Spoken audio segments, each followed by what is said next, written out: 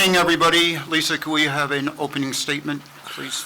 Howell Township Zoning Board, April 27th, 2026. I hereby declare this meeting of the Howell Township Zoning Board to be open, adequate notice having been given pursuant to the New Jersey Open Public Meeting Act in the following manner. First, on December 16th, 2025, a copy of said notice was emailed to the Asbury Park Press and the Star Ledger. Second, on December 16th, 2025, a copy of said notice was hand-delivered to the clerk of the Township of Howell. Third, on December 16th, 2025, said notice was posted in the office of the Zoning Board and on the bulletin board in the Howell Township Municipal Building, 4567 Route 9, Howell Township, New Jersey. In accordance with the Fire Prevention Code and for your safety, please be advised that this facility is designed with 2 emergency exits at the front and rear of the meeting room. Furthermore, smoking is not permitted in the municipal building. Please take note that this meeting is being videotaped for possible future broadcast on Howell Township TV 77. Thank you. Thank you, Lisa. Could we have a roll call, please? Yes. Mr. Barillo? Present. Mr. Cantor? Present. Mr. Hughes? Here. Mr. O'Donnell is excused. Mr. Orozco is excused. Mr. Ryan? Present. Ms. Scottson? Here. Mr. Kabarakis? Here. Chairman Mertens? Present and here. You have a quorum. Okay, at this time, I'd like to ask everybody to please rise for the Pledge of Allegiance and a brief moment of silence for our troops serving overseas. I pledge allegiance to the flag of the United States of America and to the republic for which it stands, one nation, under God, indivisible, with liberty and justice for all.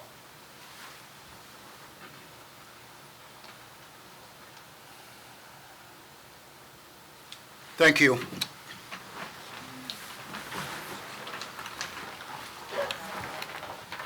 Okay, at this time, Andy, could you swear in our professionals? Charlie and Jen.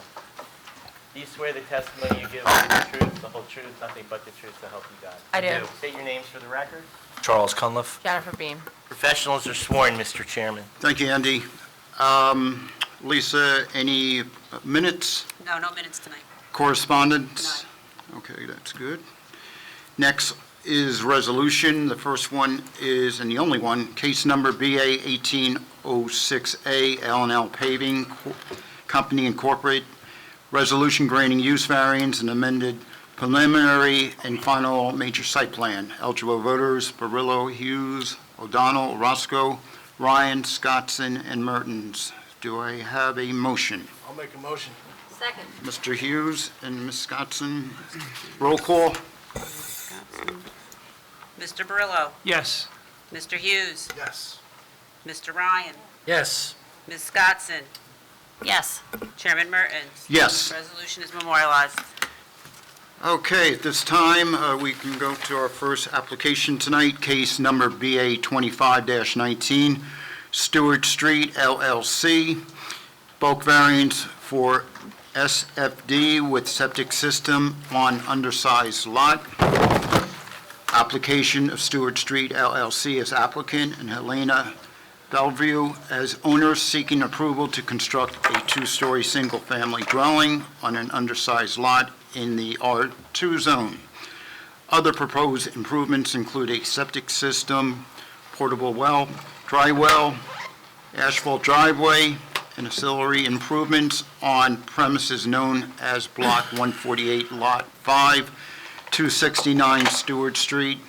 This application was originally scheduled for January 26, 2026, when it was carried to February 9th, 2026, and was then carried to March 9th, 2026 with no further notice. And on March 9th, 2026, it was carried to March 23rd, 2026 with no further notice. On March 23rd, 2026, it was carried to April 27, 2026 with no further notice. Expiration is April 29th, 2026. Thanks, John. Eligible voters, Burrell, Cantor, Hughes, Orozco, Ryan, Scottson, Kabarakis, and Mertens. Good evening, Mr. Jackson. Thank you. Good evening, Mr. Chairman. Chairman, members of the board, for the record, John Jackson on behalf of the applicant. I'm handing out a revised PowerPoint consisting of 7 pages I think perhaps the probably most useful thing for the board would be page 7 and 6, which show a comparison between how we started and what we're proposing to the board as an alternative. You'll recall this is an isolated, undersized lot. We had a proposed structure. There were some concerns raised by the board's professionals, by the board members, as well as by members of the public about the size and scale of our original proposal. So what my client has done is he's gone back and he has significantly scaled down. We'd still be more than happy to go with the original proposal, so the board essentially has a choice. We have that second proposal that's been reviewed, engineered, and with that segue, if I could have Mr. Rob Siv come up and he'll tell you the engineering differences, and then we have Kristen Shepard. She is our planner. She'll just briefly explain the differences. And Mr. Jackson, we should probably wait so the public can see, right? We have this electronically? don't I we? do, the PowerPoint. Yeah, Thank you. so we'd want it up on the board is all I'm saying, so Thank everyone you. can see it. Yes. Thank you, Mr. Bear. Okay, Andy, so the same professionals are testifying, Mr. Jackson? Mr. So- Siv, you're still on your oath. Yeah. Yes. Okay. I think the planner is, Kristen Shepard. was she here the last time? Yes, and she provided testimony. Okay. Yes, so she the- did. Yes. Okay. Okay. If she did, then the professionals are still under oath. And just for the record, I have some updated buy-sell letters that I'll provide to the board secretary for your file.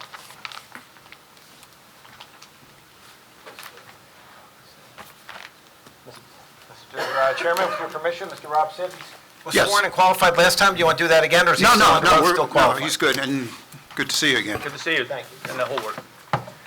Just to recap what Mr. Jackson said, we were here back in, I believe it was February. We had a 29-foot wide house that required side setback variances. We were proposing roughly 15-foot side yard setbacks. After our presentation and then some feedback from the public, it was suggested we come back before the board with a smaller, narrower house, which is what we've done. We've submitted plans, which is was on the PowerPoint One more for a page. 19-foot wide house, which now provides the minimum 20-foot side yard setbacks, which complies with the zone that the property's in, which is the R2 zone, but does not comply with the R40 zone, or the 40,000 square foot lot area, because we are on ARE1, because we are on septic. Because we're on septic, we have to go to the ARE1 standards, so we'd still need the side yard setbacks for that, but we are complying with the primary zone of the R2 of the 20-foot side yard setbacks. God bless you. Bless you. Thank you, excuse me. I'll sneeze 20 more times in a row, please forgive me. But aside from that, nothing's changed from an engineering standpoint. I know Mr. Cunliffe's done an updated review letter. It's pretty much the same topics we covered in the original one, unless there's something additionally we need to cover. I'm more than happy to go through it again, but it'd be very similar to the testimony we provided in February. Thank you, Mr. Siv. So we actually comply with the zone if we had water and sewer hookup, right? And that's really not something we can do. Correct. And so the house is substantially smaller. I'll just note, there are stairs going down. We've just reserved the right to a basement if the engineering and everything makes for a good, amenity. Put the kids down there, man cave, office, woman cave, whatever the case may be. So I just wanted that to be in the testimony. So that's our engineering testimony. I have nothing further from Mr. Siv. We think the plans are self-explanatory. My next witness will be Ms. Shepard. Charlie? Yeah, so with the revised architectural plan and plot plan they provided, previously they had a dwelling that encroached into the required side yard setback in the R2 zone by about 5 feet. So they took 5 feet on each side, shrunk it down. Dwelling's about 19 and a half plus or minus feet wide. It doesn't comply with the ARE1 side yard setback requirement of 30 feet, but the lot width is 59.33 feet, so strict appliance of those setbacks would not have any buildable footprint. So they did shrink the structure to comply with the underlying R2 side yard setback requirements. We also discussed last time around, they need a variance for the front yard setback. The ARE1 requires 50 feet. We did talk last time that the underlying zoning, the R2 allows on internal streets, which this is, they would be able to have a 25-foot front yard setback. So it does comply with the underlying zoning. The board may recall there were some concerns from the public regarding additional impervious coverage on the on the property and potential drainage impact. So, they could shift this structure back probably another 25 feet and potentially comply with that 50-foot requirement, but we're adding 25 feet by the width of the driveway of additional impervious coverage. So you have to kind of weigh that in your consideration of it. The lot frontage, that's an existing nonconformity. Mr. Jackson provided the buy-sell letters. Two other questions, I think changes that I had. The first option you came in with, there was a deck and some stairs on the back. The second rendering shows a sliding door to the back of the structure, but there's no deck and or any kind of stairs in a landing. Is that being withdrawn, or is that proposed, or are you going to come back at a later point? Because it would technically require relief because Yeah, of I'm assuming you're talking about the rear sliding door that's shown there. Yep. We would use the same landing and deck that's shown on our plot plan, the original plot plan here. I mean, it just didn't show up on the architectural plans, so it never got transferred onto the plan. Okay, so it would be basically what was presented the first time around. Correct. As far as how far it came off the back of the structure, wouldn't be any wider than the 19.5-foot width Correct. of the structure. Correct. And then another, I think, questions, concerns from the public was regarding the grading of the side yards and not sending water to the neighboring properties. The revised grading plan does have more accentuated swale grading along the sides of the structure. Once you get to the rear of the property, past the neighboring homes, it does naturally overland flow, how it does in the existing condition. But they've done a better job of making sure it gets to the back of the property and not onto the neighbors to the side where the homes are. They do have a dry well size for the roof area for the water quality storm. We don't have any impervious coverage restrictions in the R2 zone, so they don't need a variance for that. But, if the board, if you hear some from the public, if we're still concerned about impervious coverage, I think it wouldn't be unreasonable to ask that to maybe be increased to also include the driveway. But we can hear from the public and see if that's something that you feel is warranted. Okay. Jen, do you want to hold off till after the planning testimony? Yes. Okay, board members, any questions for Mr. Sibb? I do. Mr. Ryan? Mr. Siv, back on February 9th, we discussed the basement, and yet we redid option 2, and I still don't see a basement being drawn in there. Is there any reason why we haven't included the basement as part of the architectural plan? My client indicated to me that the stairs say down on the first floor to show that it would go down to the basement. Okay. Do we have an idea of what the basement will look like? It would just be, a cinder block basement that would be under the footprint of the house. Instead of a foundation, it will just go down. Full basement, not a half basement? No, it's a full size for the size of the underneath of the house. Okay. That's where mechanicals could go, and it could be storage on a smaller house like this. Send the kids down there to play when Okay. the weather's bad, that kind of thing. All right. And I also asked the question about, did we know if there was any prior septic that was part of the 2011 demo? Have we found anything out on that? I have not found anything out of that from the health department as of yet. We'll continue to do some research. Okay. And if we do come across it, we'll address it appropriately. Okay, thank you. You might be right. Anybody else? Okay, Mr. Jackson, I guess we're ready for your planner.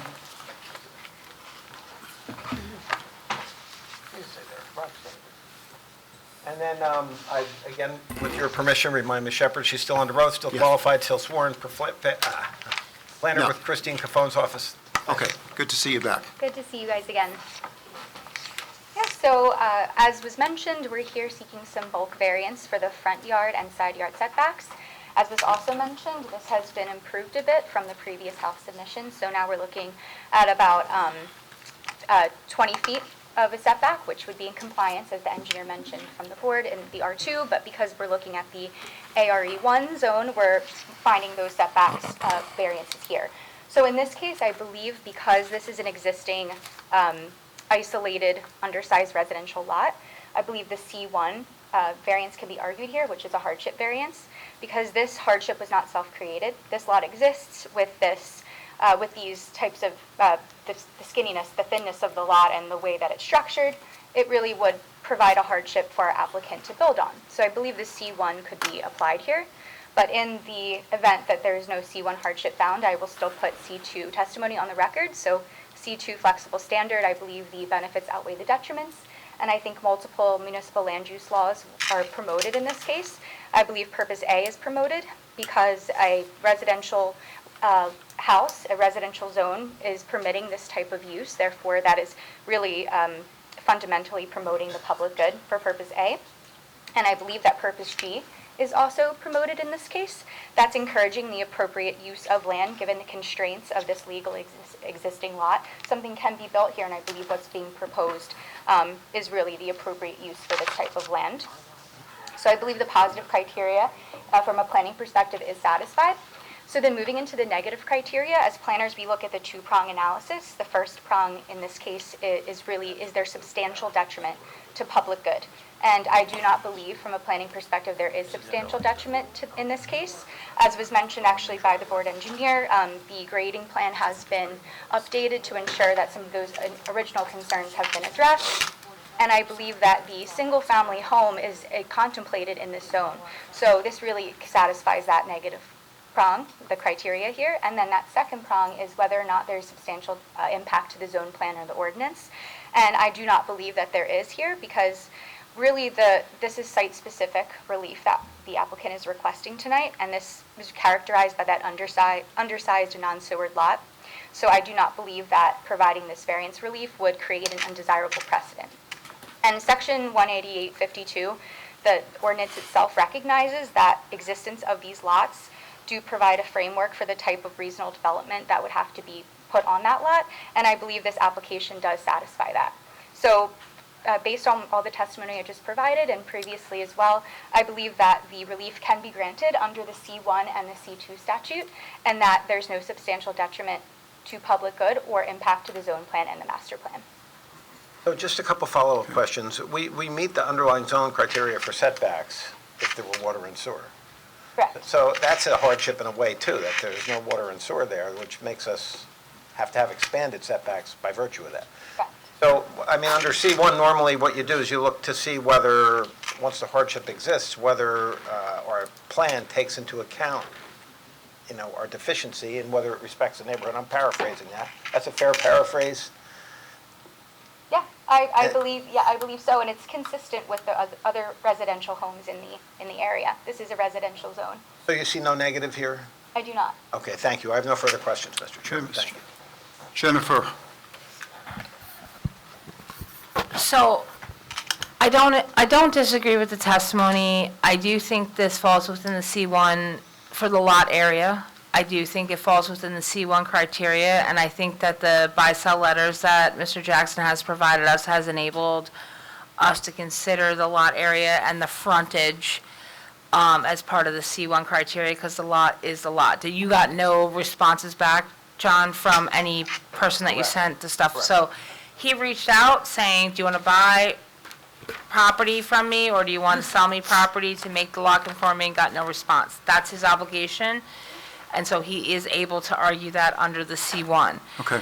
I do think that the C2 and the side yard setback and the front yard setback are part of a C2 criteria. I don't disagree with the testimony. I don't know about like criteria A, the general health, safety, and welfare. I think that's very broad, and I don't know that that's applicable here, but I do think that what they're proposing is an appropriate use in the appropriate location, which is criteria G, which is a single-family home in a single-family zone. I think you guys need to focus on whether you'd prefer okay, so let's be clear.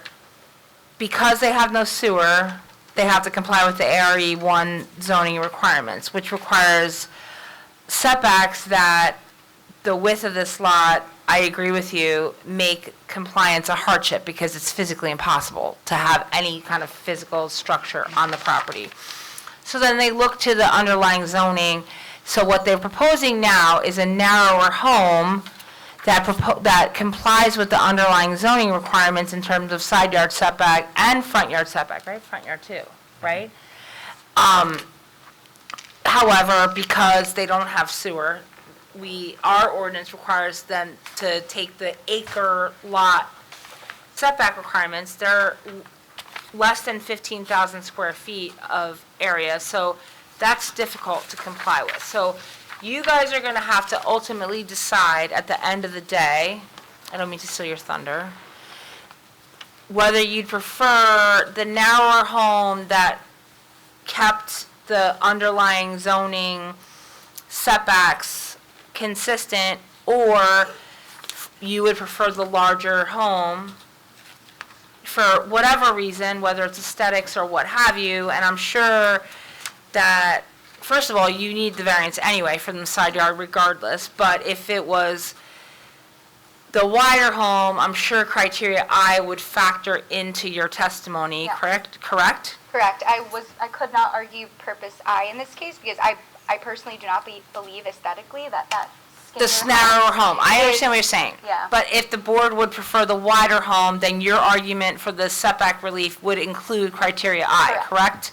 Correct. I don't take exception to what she's proposed. I have to correct one thing I said that's a mistake. I did have a response to the buy-sell letters, and I believe the people are here tonight. I did send a comparable sale, and that I haven't heard a response to. Okay, fair enough. But I do think the fact that he sent them, and even if they're negotiating, qualifies him to argue the C1 for the area and the frontage. I do think there is an argument to be made over, given the width of the lot, because that is in the statute, for lack of compliance with the ARE1 side yard setbacks, because if you put 60 feet on either side, you have nothing left, right? Is it 60 feet? 30 feet setback, Yeah. yeah. So you'd have nothing left because the lot is less than 60 feet. However, let's look at the underlying zoning, and they can comply with the underlying zoning with what they're proposing. If you feel like that's more appropriate, that's fine, but I'm sure a lot of these people here want to say something. But I think from a statutory compliance, I don't disagree with what has been presented to you thus far. Okay. So was that the buyer that was here from the last meeting that expressed interest? I recognize him, I see him in the audience. I did send a comparable sale, and I have not heard a response to that. And then, Mr. Chair, I'll ask Mr. Sibb a question and then a couple more points. So, the number of bedrooms in the dwelling from what was originally proposed to now, it's not changing, it's still 4 bedrooms. So there's 2.5 parking spaces that are required. They went from a 2-car garage down to a 1-car garage, so you get 1 parking spaces in the garage.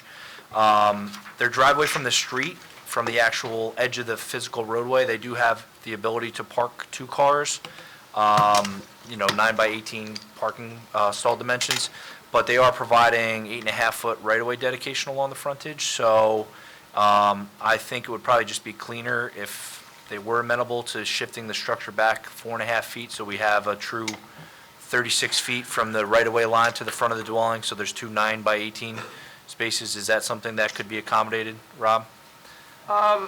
Normally, I would say, yeah, that isn't a problem. My only concern is as we shift the house back, we shift the dry well back, and then we start getting into our separations from our septic fields. Well, can the drywall go to the side yard? We'll take a look at it, but it's going to be hard because we have to make the 50 feet from the wells. Yeah, so what I would say is let's hear from the public. And I think last time around, John, was there a commitment there would not be any bedrooms in the basement? We will agree to that. Okay.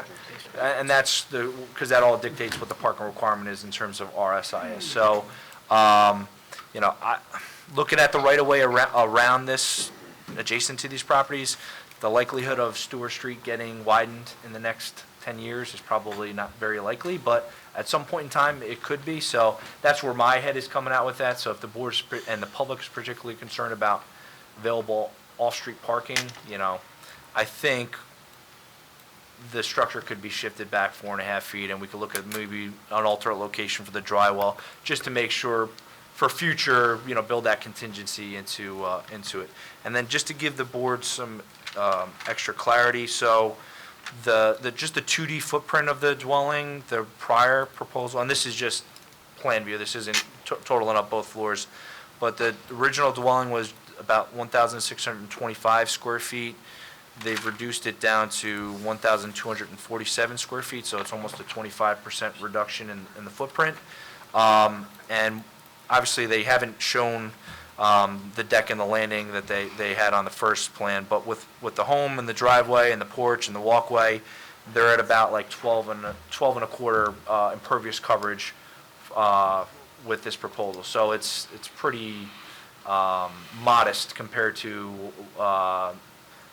many other adjacent towns on small lots like these have, 50, 60, 65% impervious coverage. So this is a very limited amount compared to, what's permitted in some other neighboring municipalities. So I just wanted to give that clarity to the board. Okay, thank you, Charlie. Board members? Okay, Mr. Jackson, we do have a new option here. So in that situation, I do think that it's appropriate to allow the public to make comments. So if that's okay, I'd like to entertain a motion to open the public. Motion to open. I'll second it. Second by Mr. Barillo. All in favor? Aye. Lisa, if you have a statement for the... The chairman has opened the hearing for members of the public to ask questions or comment on this application. If you would like to speak, please come up to the podium. You will need to provide your name and address, and you will be sworn in.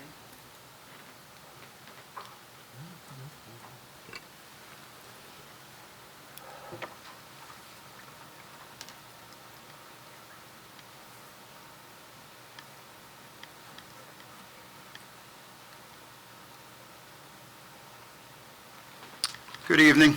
Good evening. Do you swear the testimony you'll give will be the truth, the whole truth, and nothing but the truth? I swear. Okay. State your name for the record, spell your last, Brandon Smith, Smith, and your address. 267 Stewart Street. So, I am the applicant that came up last time, or not the applicant, I'm the neighbor that came up last time. I said that I offered to buy the property, so I did not respond to Mr. Jackson because I had to talk to a couple of my attorneys and find out what was going on with what he sent me. And I have all the paperwork here that I can show, showing that what he sent me is not in the same zone, nor has anything near what this lot is. And first off, the applicant. I'm sorry to interrupt you. Are you saying in terms of like comparables? In terms of comparable, Not the property, you're Wait. saying that, I'm In- sorry. Go ahead. Comparable, yes, Yeah. comparable. So the applicant that you stated is Mr. Jackson and Helena. So the property that he sent me saying his client sold, his client isn't Helena. She did not just sell this property that he sent me. So he gave me a price for a property and is trying to sell me a property through clients that do not own this property yet. Okay. This is what it says right in the paperwork. Helena is the owner, and the people trying to sell me the property do not own this property.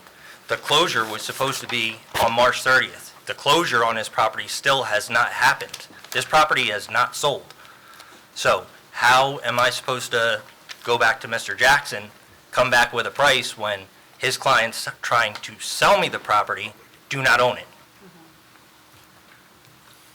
John, do you have a response to that? Yeah. Yes, my client is a contract purchaser. This is not an unusual circumstance. Under the municipal land use law, a contract purchaser is entitled to make applications.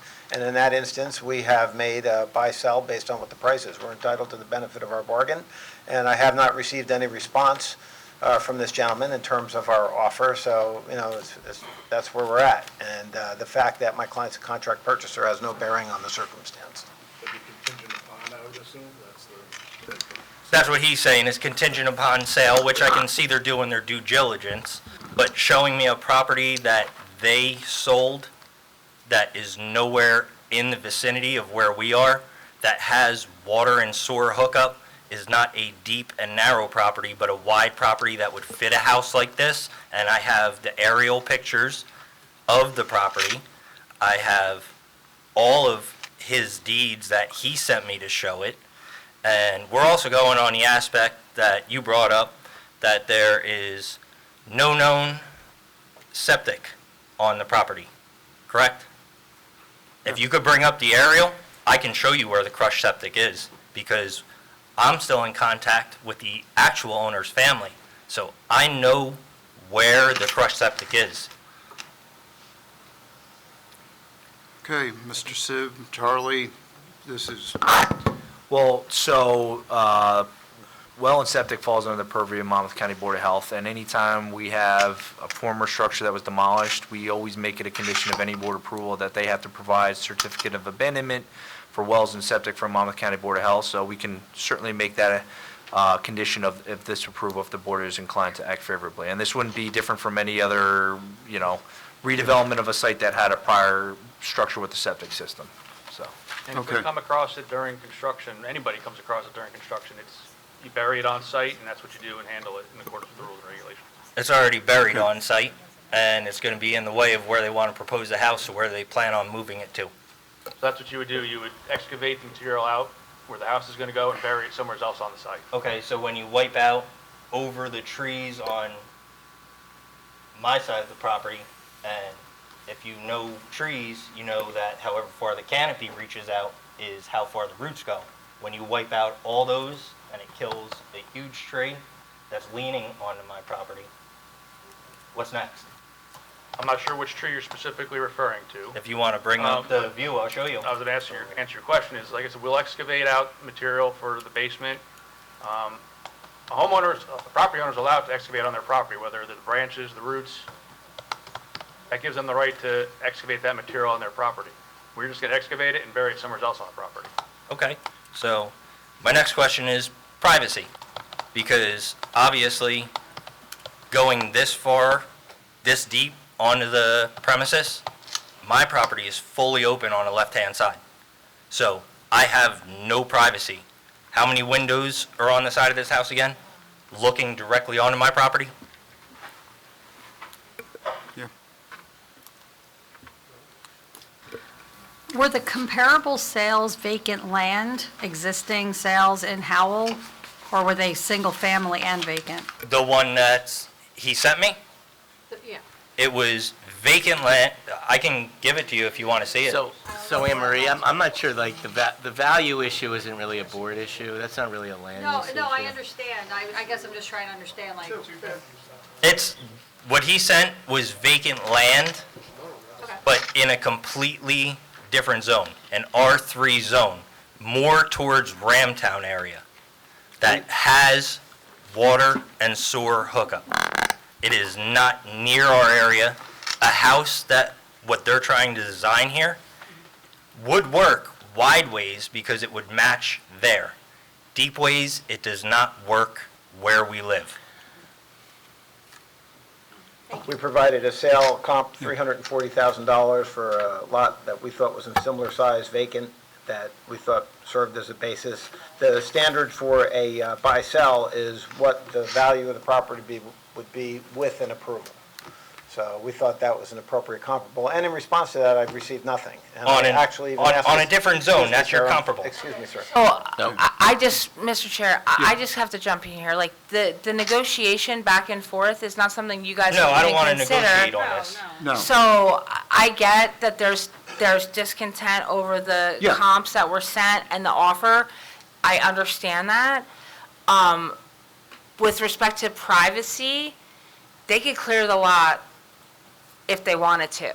If they put a house on this lot, every single tree on that property could go, and there's nothing the neighbors can do about it, and it's their right on their property, just like you have the right to clear trees on your property.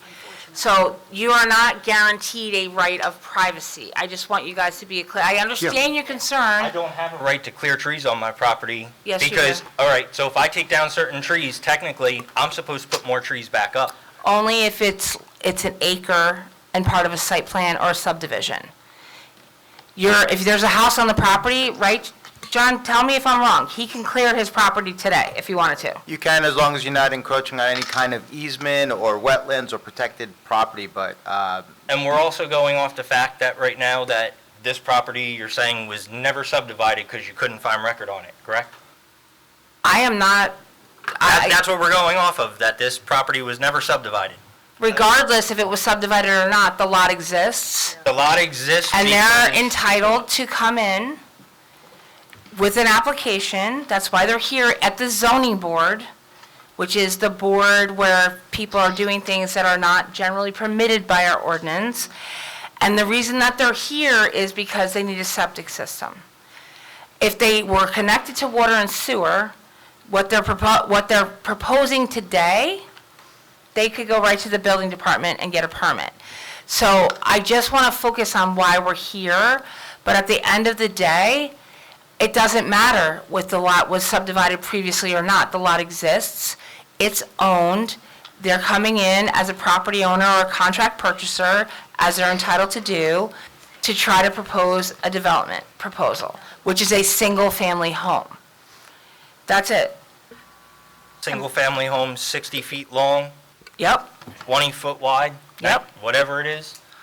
They're entitled to propose, First meeting. respectfully, they're entitled to propose what they want on the property. They were here, they got pretty beaten up, I will say, and they came back with an alternative proposal, which is what they're proposing today.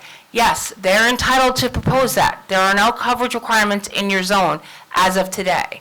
So therefore, yes, the house can be 60 feet long and 20 feet wide. It's up to them to decide whether or not it's acceptable.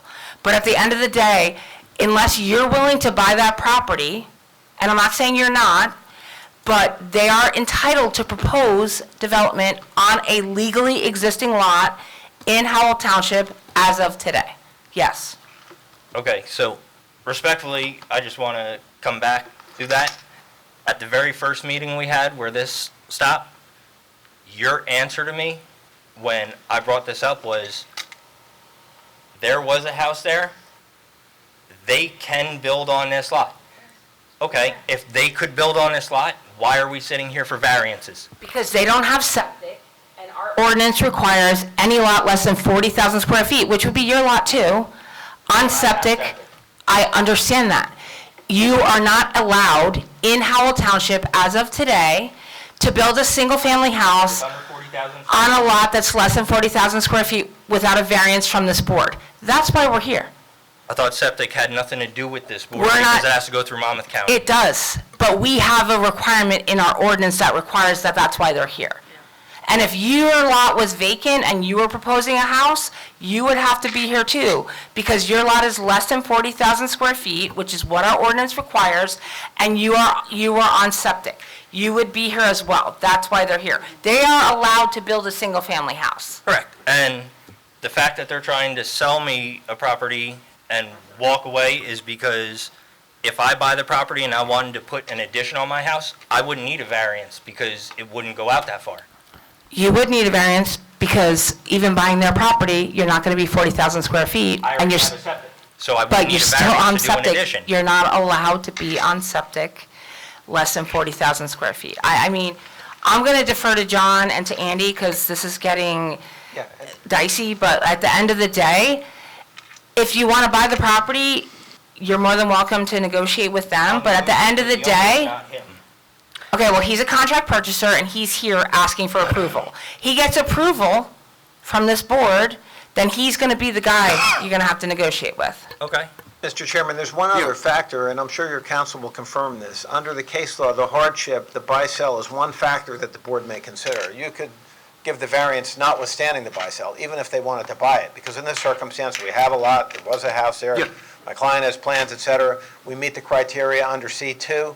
Like I said, I don't think the only hardship has to do with the undersize, it's also because of the plumbing not being there. So it's not as, as, I don't want to say as, it's not as simple as this gentleman presents. And, this is the process, and we believe that we've satisfied the requirements under the process. Okay.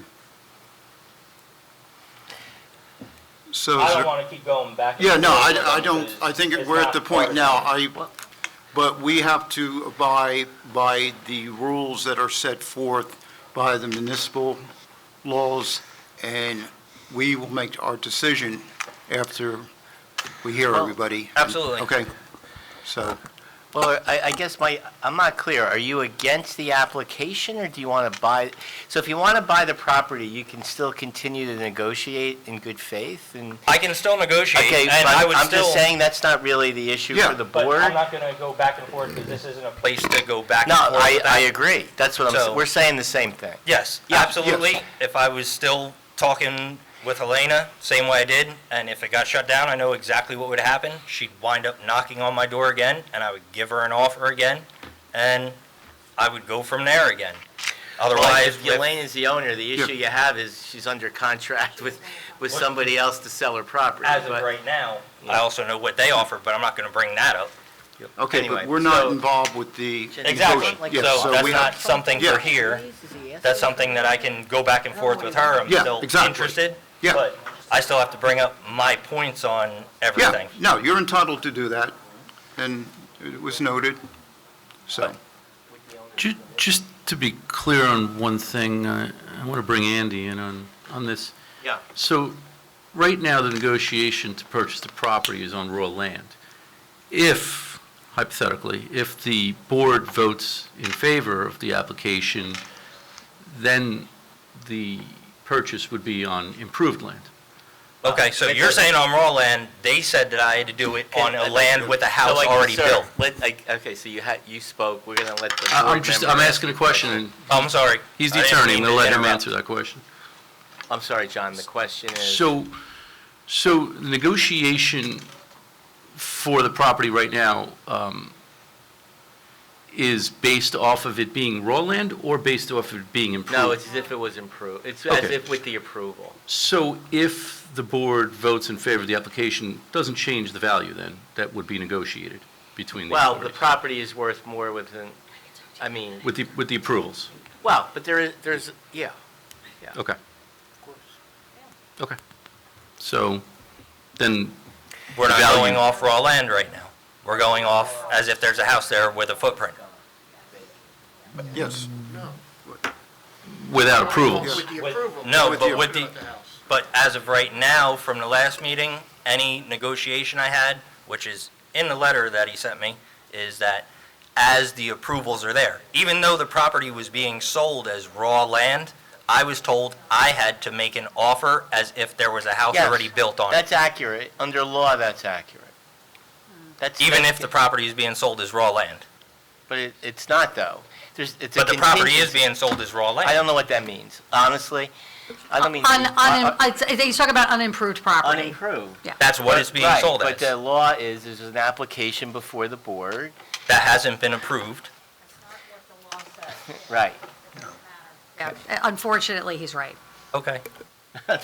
Yeah, I don't make the law. If I didn't- Trying He to doesn't get- make the law. I mean, I'm not exactly. trying to be, like, I don't have a say, like, I don't have a stake in, for or against anybody. I'm just saying that's what the Based law. on the contract and the rights. So what the law acknowledges is that the house is for sale, anyone could buy it. Somebody did. They invested in an architect, in an engineer, they brought it to the board, they put their neck on the line, because you know how this all goes. And what the law says is that the appropriate amount is with the approval. That's what you get to buy out the person who did all that work for. So if you're willing to, take the fruit of all their labor, then you have to pay for it. So, there's a bigger, Yeah. and I think that's why it's based on the market, Yeah. with an approved house. And that's whether you use their plans or not, by the way. Right. Correct. Well, he can't. yeah. he could just leave it as. I could leave it as Well, it is. and that's why respectfully, the rules are, that's only one factor in a hardship. The board could say, okay, you came up with an offer, we're going to approve the case because there are other hardships and also under C2, and it can't be used as a block. And then, if you got that approval, then you can't go build the house that we had approved, then the idea is you're making your lot more conforming. And so that's where we're at. Okay, Okay. thank you. Thank you very much. Okay. Thank you. Anybody else from the audience?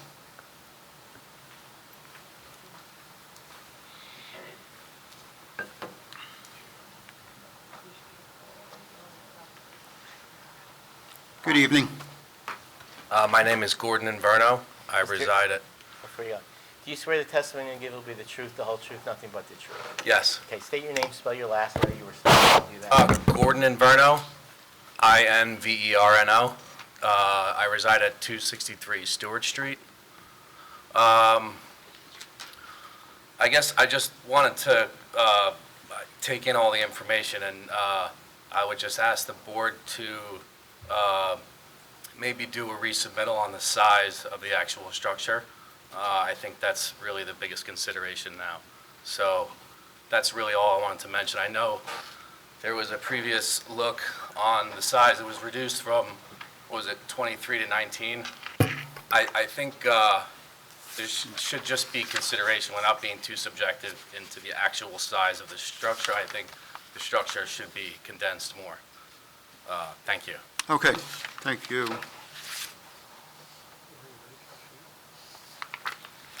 Anybody else?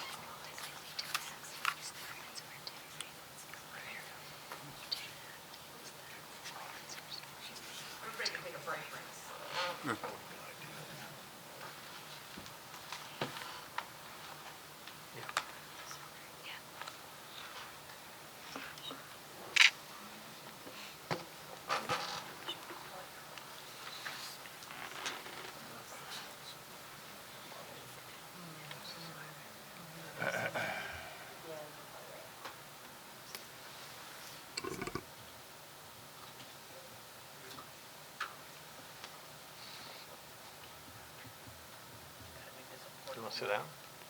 Sit down? My name is Celeste Kelly. I live at 272 Stewart Street. Ms. Kelly, do you swear the testimony you give will be the truth, the whole truth, nothing but the truth? Yes, Okay. I And do. your I name ha- is, and then What- Kelly, Kelly? Correct. And then just your address. 272 Stewart Street. Okay. There's two things I wanted to bring up. One of which is, I could have sworn the last meeting I was at, which was not the one previously, but before that, that one of the things they brought up was the privacy issue. And they're kind of disregarding the privacy issue with this house being so big, so on the piece of property that has, that Brandon, the neighbor, will not have any privacy. It's, unless they're going to have it all windowless on the side, which I don't know if that's been changed or whatnot, but that's a concern, is there is no privacy for him. Also, somewhat for me, because it'll be kind of directly across from my home. So it's like, now I can look out and I can see wood, trees, a few trees, but not people, which is a nice thing about our neighborhood. We're full, but it would be even fuller if that was a full residence with 4 bedrooms, we're saying? Right? 4 bedrooms, so, 2 adults, 4 adults, who knows? So, but that's one of the issues I wanted to bring up. And the other issue, which I don't think was addressed, but if they are proposing this home for this small lot, my understanding is you can't put the well and the septic next to each other. So one or the other is going to have to take precedent in either the front of the house or the back of the house. What I want to know is, how are they going to service those things? I mean, we're talking about a narrow piece of property. A truck's not going to be able to go through there. If Brandon should decide to put a fence up there, they're not going to be shit out of luck, because they're not going to be able to, unless they got hoses or whatever, there's just no way that they can actually service that area. I don't necessarily think that this is a hardship case, because nobody has said that they have to put a house there. They could put other things there. They could just grow a crop there and have a little farm stand. There's nothing saying that it's a hardship. Okay, For a house, yes. Excuse me, let's get back to your first comment. John, Charlie, how would they get back there to service? So with the current proposal, they reduced the structure to 20 feet wide, so they have 20 feet on each side of the structure. If that were a paved roadway, that would be enough to satisfy fire code for two-way travel. Okay. A single driveway typically is around 12 feet wide, so there's room. Obviously, if someone puts a fence in, they need to get service, then they're either going to have to put in a double-wide gate, or they're going to have to take the fence down to be able to service it. That's not the board's problem, that's Yeah, the exactly. applicant and a future owner's problem. And then, as far as the location of the well and septic, that's all dictated by the Board of Health. So if the board were to act favorably, they also have to get Board of Health approval if they haven't obtained that already. If they don't comply with the separation distances to wells and septics on neighboring properties, then they'd have to come back to the board, you know, with a smaller house, with a smaller septic field that complies with all those setback requirements. So it's under their purview. If they can't get a Board of Health approval, then they got to come back to us. And that's how it has been on all these types of applications. Charlie, Yep. is access to the septic tank part of the Board of Health's approval process? Of course. I'm sure they would look at that to make sure that it's accessible. And I would just note that, you know, at least per the applicant's plan, they're showing that both the adjacent properties have septic systems in their rear yard. So it's not something that's atypical for a homeowner to have a septic system in a rear yard, so. Thank you. I don't know if it's appropriate for me to add or not. Yeah. I can tell you, we have our septic approval for this lot, based on where the well and the septic field is shown. And then I've also done septic repairs in the neighborhood for other homeowners that had their septics in the back, and we got back there to do the repairs. Okay. But did they have to go on to a neighboring property? No, I they think what Charlie was saying is that, based upon what they're proposing, they don't have to go on a neighboring property. There's 20 feet on either side of the house that they're proposing on this property. So even if there was a fence on the property line, they would have the ability to get in the backyard. I think it will be difficult, though, especially if you run into Well, problems. it could be difficult, but if they can get back there, the Board of Health is going to tell them they can't put it there. And like Mr. Siv said, it shouldn't be an issue with that. But I understand what you're saying, but I think we have to go with the counties. Well, and I'd also like to say, I kind of think, because everybody, you know, we're going through all these issues with getting variances and everything, but I think somebody put the cart in front of the horse, because they've went and spent all this money on attorneys and architectural drawings and who knows what else, what are approvals, before they even have the ability to build. So, to me, it's just kind of like, they kind of Well, assume. they have to do that in order for us to know what, we need the plans, that's part of the process to any application, is we need to see how they're proposing to do it.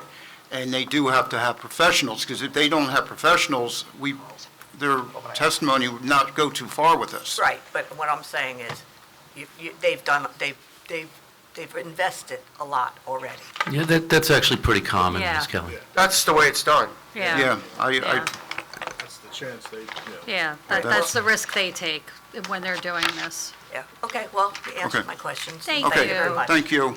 Thank you. Anybody else?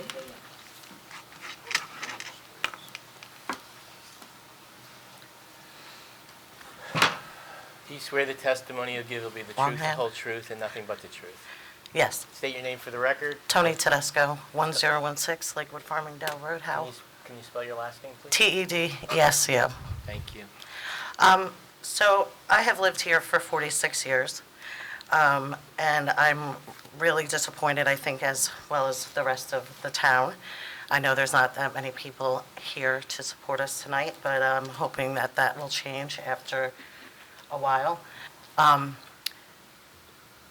To the concern for the privacy for this house on Stewart Street, I think that is a concern for the township, and I think it should be for every single person who lives within the township, okay? There are variances in place for a reason, especially in this neighborhood, because it is small lots. And if you're going to make the septic and the water, the well, smaller, is that going to be sufficient for the amount of people that will be living in the home? That's a question for our engineer, but the answer Yeah. to that is yes. And how do we know that's a yes? Do you It's have gonna, proof it has to be behind that? approved by the Board of Health, which Mr. Okay, Siv but is there- said, Is there proof do behind you that? you said you had the septic approval, correct? Yes, So you had test pits witnessed by the Board of Health for a 4-bedroom home, yes, and they approved it? Yes. in its current location. But was that with a regular size well and septic? Or was that with the proposed having to make it smaller because of? It was the way the septics are sized is based on the number of bedrooms. Correct. So it's based on a 4-bedroom house. Okay, so again, you said just a few minutes ago, you guys were just talking about having to possibly make that smaller. So if you make it smaller. So just to, Yeah, nobody said that. No, so just to clarify, right, so, I could have swore. as a condition of the board, if the board is attacked favorably, they're gonna, Mr. Siv's gonna have to provide a copy of Monmouth County Board of Health's approval for the septic system that's proposed. If that approval said that the septic system was sized for 6 bedrooms, we would say that is not in compliance with what the board acted favorably on with the application. They presented a 4-bedroom dwelling, they got a septic system for 6 bedrooms, that would be an issue, and they'd have to come back to the board. Now, the separate, when we talked about the septic system getting smaller, they've already done their legwork and they had the Board of Health approval, but if they hadn't, right? Right. And it didn't comply with a 100-foot setback to an adjacent well, the septic disposal field, or the well, wasn't 100 feet from the septic system on the neighboring property, and they had to reduce the septic disposal field to a smaller footprint, then that would limit them to how many bedrooms that they could put in, but they already have their approval for a 4-bedroom septic system and to accommodate a 4-bedroom dwelling. So that, what they're proposing right now is not going to change. If they came back at time of resolution compliance and they had a septic system that was now double the footprint, we would also question, why is it double the footprint? Give us the Board of Health approval saying what the number of bedrooms are. So they have their approval for a 4-bedroom. They're going to provide the copy of the Board of Health approval. If it doesn't say 4 bedrooms and it doesn't show exactly what was presented to the board, then they'd have to come back to the board to seek relief of what they presented. And what is the actual, distance from property line to home is it supposed to be? It's not from property line, it's from well. From well to home? Or septic to septic, septic to well. It's not from your property line, it's from. So I could literally put a house. That's up to the Board of Health. Yeah. We don't have any jurisdiction over that. Because I know that, if I had someone propose to build a home right on the edge of the property line, which it sounds like it is very small, where his house will be, the home that is going to be built will be literally on top of his home. So- I just want, have you looked at the plans at all? I'm just here. Okay, yes. so the And at the last proposal is complying with the 20-foot setback on either side, which is the underlying zoning requirement. The Board of Health review is the septic system, which is in the rear yard, which is all the way in the back, behind the home, which Mr. Siv, who's their professional engineer, has indicated that the Board of Health has witnessed the test pits, which is required, and has approved the septic system. Yeah. So, and just to add to that, right, so they look at the disposal field, making sure it's 10-foot setback from the property lines. They make sure the disposal system is appropriately separated from the septic tank, that the septic tank has appropriate separation from the dwelling, and that also, all those components also have appropriate setback from those same infrastructure on adjacent property. So if the Board of Health had an issue with what was being proposed, they would not grant this applicant approval for what's being presented. Okay. All right. Thank you very much. Anybody else?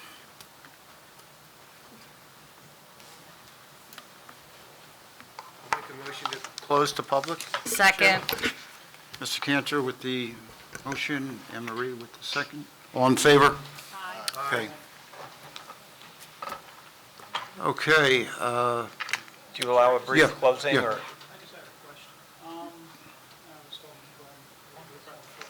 Hey, Nick, talking to your mic, it's hard to hear. As the meeting was starting, I was asking Glenn, is it normal for the board to have to decide between two options? Can I address that? Yes, you can. Can I? Yes. Do a quick stop? Yeah, 'cause that's- I'm going to answer some of the questions. Okay. As far as it normal for the board to decide, no, our application is for the smaller house. And that was in response. We haven't abandoned the idea of the larger house if the board says we think the bigger house is nicer, better, more appropriate for the neighborhood. We gave the smaller house, but that's where our application is. We haven't abandoned the old one. So is it unusual to say A or B? In the context of an application that started here and then we responded to it to bring a smaller house, it's not that unusual, but, 1 out of 50, is that unusual? Maybe less than that. So it's, define unusual. So if I may just talk about the merits of the application briefly, Mr. Chairman, as a summation, or? Yeah, you can do your, but... Can I just follow Yeah. up with Mr. Jackson? Yeah. So, option 2 is a concept sketch, and then there's actual plans, architectural plans for your original. So why isn't there architectural plans for your, no, that's a concept sketch. That's what they call it. They don't call it, We they're can put not them up on calling the it screen. architectural, they're calling it a concept sketch. That's what's required for a zoning submission. Different than the full construction drawings where you might have. the So low- why did you submit for the first, you gave complete architectural? plans? I don't know, he might have had them, but these are sufficient for a zoning application and pretty typical of what you receive for a zoning application. We have the dimensions of the rooms, the layout of the floor plan, the elevations, et cetera. Right, because you bring an architectural person, and they tell you about the architecture, and isn't that the normal procedure of way things go? Not for a single-family home, No? not typically. For a residential home, we typically require more detailed architectural when it's a commercial application or it's a large subdivision, but a single-family home, we're trying not to overburden what is required. What they've submitted is exactly what we get for every single-family residential application, not anything different. So, and I just want to add, because what was originally submitted was a concept sketch, but I believe they did follow up with an actual signed and sealed version from the architect. So while it's a concept sketch, they did provide a signed and sealed copy. And I guess the question would be, Mr. Jackson, so you do have the front elevation, but you don't have the sides and the rear. But is the commitment that the new structure would be architecturally compatible with what was previously presented as far as Absolutely. finishes and sidings and all that? Okay. Yes. Okay, Mr. Jackson, before your summation, anything further from Jennifer or Charlie or John? Okay, Mr. Jackson? Thank you. Let's start out with the idea where you have an isolated, undersized lot. When members of the public come to the podium, they'll make a statement to the effect of, well, you should follow the zoning regulations. The zoning regulations also have a board of adjustment that say, in exceptional circumstances, due to the size, shape of the lot, peculiar exceptional circumstances, you're entitled to relief as a hardship. You also can prove to the board that you advance the purpose of the municipal land use law by satisfying some of the criteria, and you can get your variance under C2. Just because a lot is small and already exists and there's other homes around it does not condemn that lot. So that's why we have this process, and I would submit that this process is a success story. We have an applicant who came before the board. There was opposition to it based on the size of the house. Some of the statistics that relate to this lot is 250 feet deep. It's only 59 feet wide, and our house is only 19.25 feet wide, or our revised proposal. That is a very modest house. We're not overpowering or overdeveloping this lot. Mr. Siv, I had him run the numbers, were like 12.39, somewhere between 12 and 13% building coverage. That is a very low building coverage. We're not overdeveloping this property by any means. I think Ms. Beam said that this this zone does not have coverage requirements. Mr. Cunliffe, in his explanation, some towns will allow 30, 50% on building coverage. So we're not overdeveloping this property. We're being respectful of the neighbors.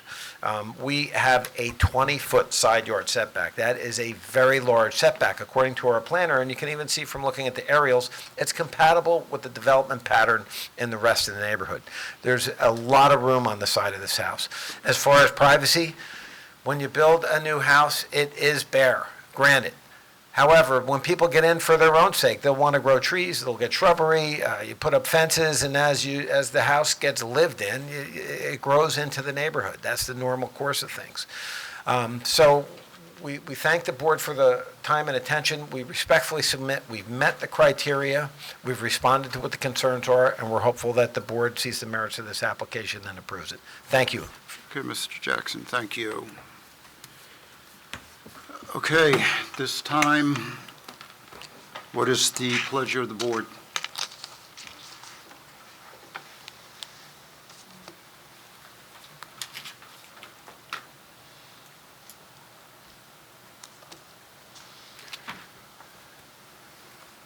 Mr. Chair, I'm going to make a motion to deny this application. I don't believe that the burden of proof for the negative criteria has been met, and specifically to the scale, the style, the aesthetically, to the neighborhood, to the block. Stewart Street and the surrounding area is mostly ranches or like bi-levels or Cape Cods. They're not two-story structures. There are a couple two-story structures, but they are on much bigger lots. The 263 Stewart, 0.69 acres, which is 120 by 250, is a two-story structure. There's another two-story structure at 275 Stewart, that's 0.46, that's 80 by 250. The proposed property at 269, it's a 0.34 on 59 by 250. The two adjacent properties are both ranches. They sit at 79 by 250 and 60 by 250. Across the street, you have two high ranches or two bi-levels. They sit on 75 by 208. Other houses on Stewart Street, 279, 259, 255. Let's see, 279 Stewart's 80 by 250. 259 Stewart's 115 by 250. 255 is 100 by 250, and they're all ranches and one cape. So I just believe that the proposed two-story single-family home on an undersized lot would be out of character and would fail to blend in with the rest of the neighborhood. Okay. Do I have a second? A second would be voting yes on the denial.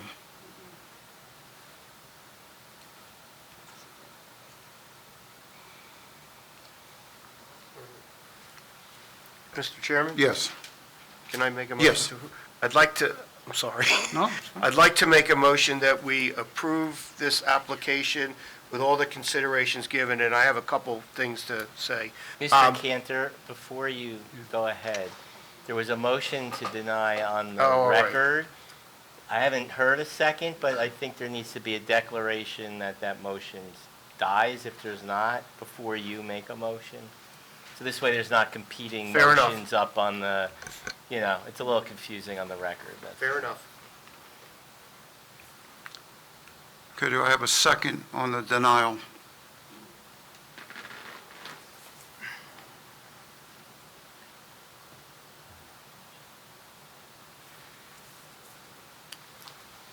Okay, seeing none? So I think that Yeah. motion died. Okay. So now it's open again. Okay. Reopen it. Mr. Chairman, I'd like to make a motion that we approve the bulk variance with the septic system on the undersized lot as proposed with all the considerations given. A couple comments. First of all, Mr. Jackson, you said very large setback. The setbacks are exactly compliant with the ordinance, so they're not very large. It's what it's supposed to be. That being said, the way the ordinance is written, this house is not a big house. There's 20 feet setback on both sides. That's sufficient room for privacy.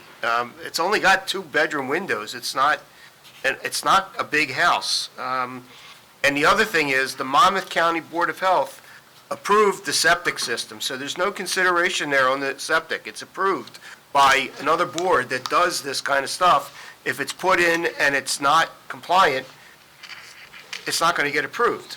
I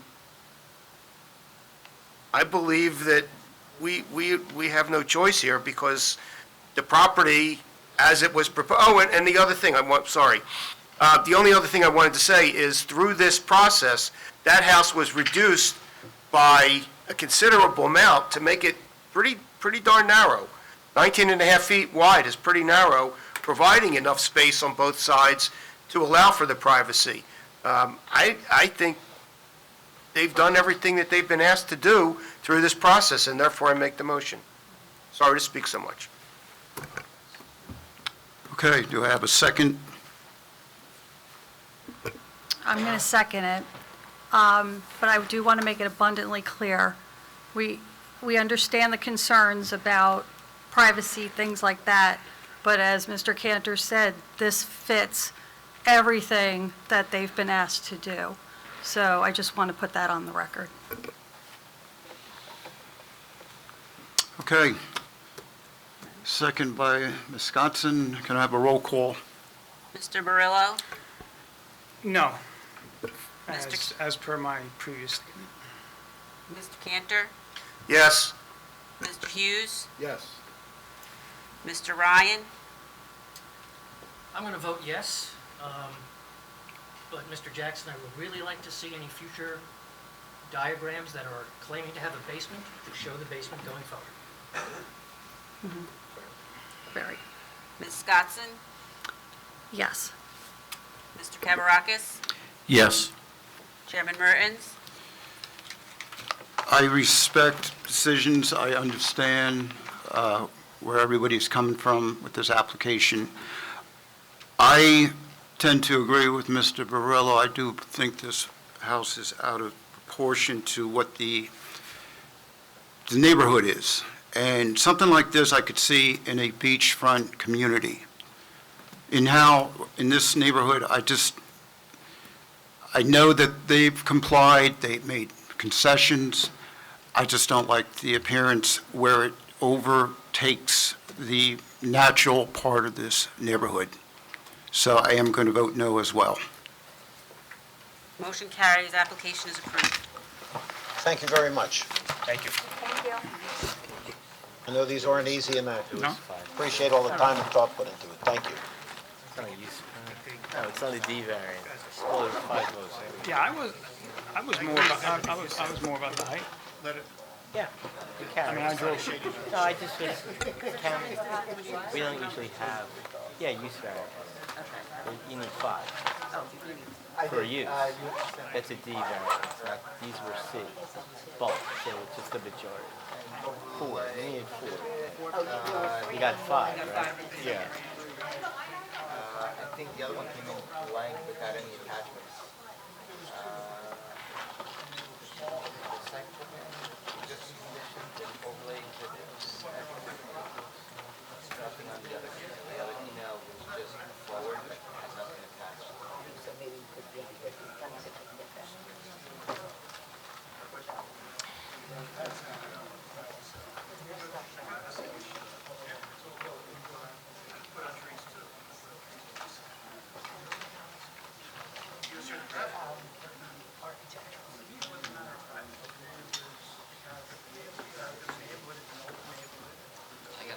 I have a zip drive. If you ever wanted to go forward, Okay, we're back. you have to have them transcribed or listen to them. Okay. Now that we got that first case. Okay, before us now is case number BA 21-17A, Gabrielli Howell Realty LLC, a use variance and amended preliminary and final major site plan. Application of Gabrielli Howell Realty LLC as applicant and owner seeking approval to construct a 2-story, 39,116 square foot GFA building for truck sales, leasing, and servicing with associated driveways, loading and fueling. The site will be accessed via a 36-foot two-way driveway from US Highway 9 North, which provides eternal access to this site. Additional improvements include various drive aisles, visitor inventory, and employees parking, a fueling tank station, loading zone, and 1 visitor inventory and employee parking, a fueling tank station, loading zone, and 1 storm water basin, as well as additional stormwater improvements on premise known as Block 133, Lot 109.01, 109 and 113.01, 1207 and 1209 US Highway 9 North. Expiration is August 14th, 2026. Good evening. Good evening. Good It's evening. been 4 years Yes. about that. Okay, Ready? yes. Okay. My name is Merrill Goncher. I'm with the firm of Sills, Cummis and Gross, representing the applicant, Gabrielli Howell Realty LLC. As you've indicated, the property is at 1207-1209 Highway 9 North. The property is now known as 109.01. When we were previously before you, it was two lots, 109 and 113.01. As a condition of the previous approval that we're amending, those were consolidated, and that was the new lot number that was designated by your tax assessor. The property is located in the HD-1 Highway Development 1 zoning district. We did serve notice on all interested properties based on the property owners based on the list we were provided. Those were sent on April 16, 2026. We published in the newspaper on that same day, and we did submit an affidavit of proof of service on April 21, 2026. I don't know what your practice is. We were advised that everything was in order by your secretary, but I don't know if council confirmed. Mr. Chairman, the board has jurisdiction to proceed. Thank you. As you've indicated, this approval was granted back in 2022, and we will have one of our witnesses discuss. But as the board may be aware, there were a number of buildings, a great extent of impervious cover in a sort of haphazard way on this lot, and a number of environmental issues in the intervening period. And we have appeared back, my colleague Adam Fiella appeared before the board seeking two one-year extensions of the period of vested rights. We have spent that time well, if you've looked at the site, and also pursued the environmental cleanup and permitting that was required. And we can report that, working with the LSRP, that the cleanup and the reporting that's required under applicable regulations is ongoing, and it is anticipated that that cleanup will be completed, and the reporting obligations to DEP are on schedule as they were previously reported to the board. What's LSRP? The licensed site remediation professional. Thank you. And someone will correct me if I mixed up those words. That sound right? Okay, so we are seeking amended preliminary and final site plan approval. The board may recall that when we were previously before you, we did obtain approval for, as described, a two-story facility which will be for sales and leasing and service of trucks. And the representative of the applicant and owner will give you some more of the details on that operation. We should say at the outset that we are not proposing to change the operation. What the board previously proposed is still our proposal. The reason for the amended application is we've shifted the building on the site, and we have sort of reallocated some of the interior space, and we will have someone describe that to you.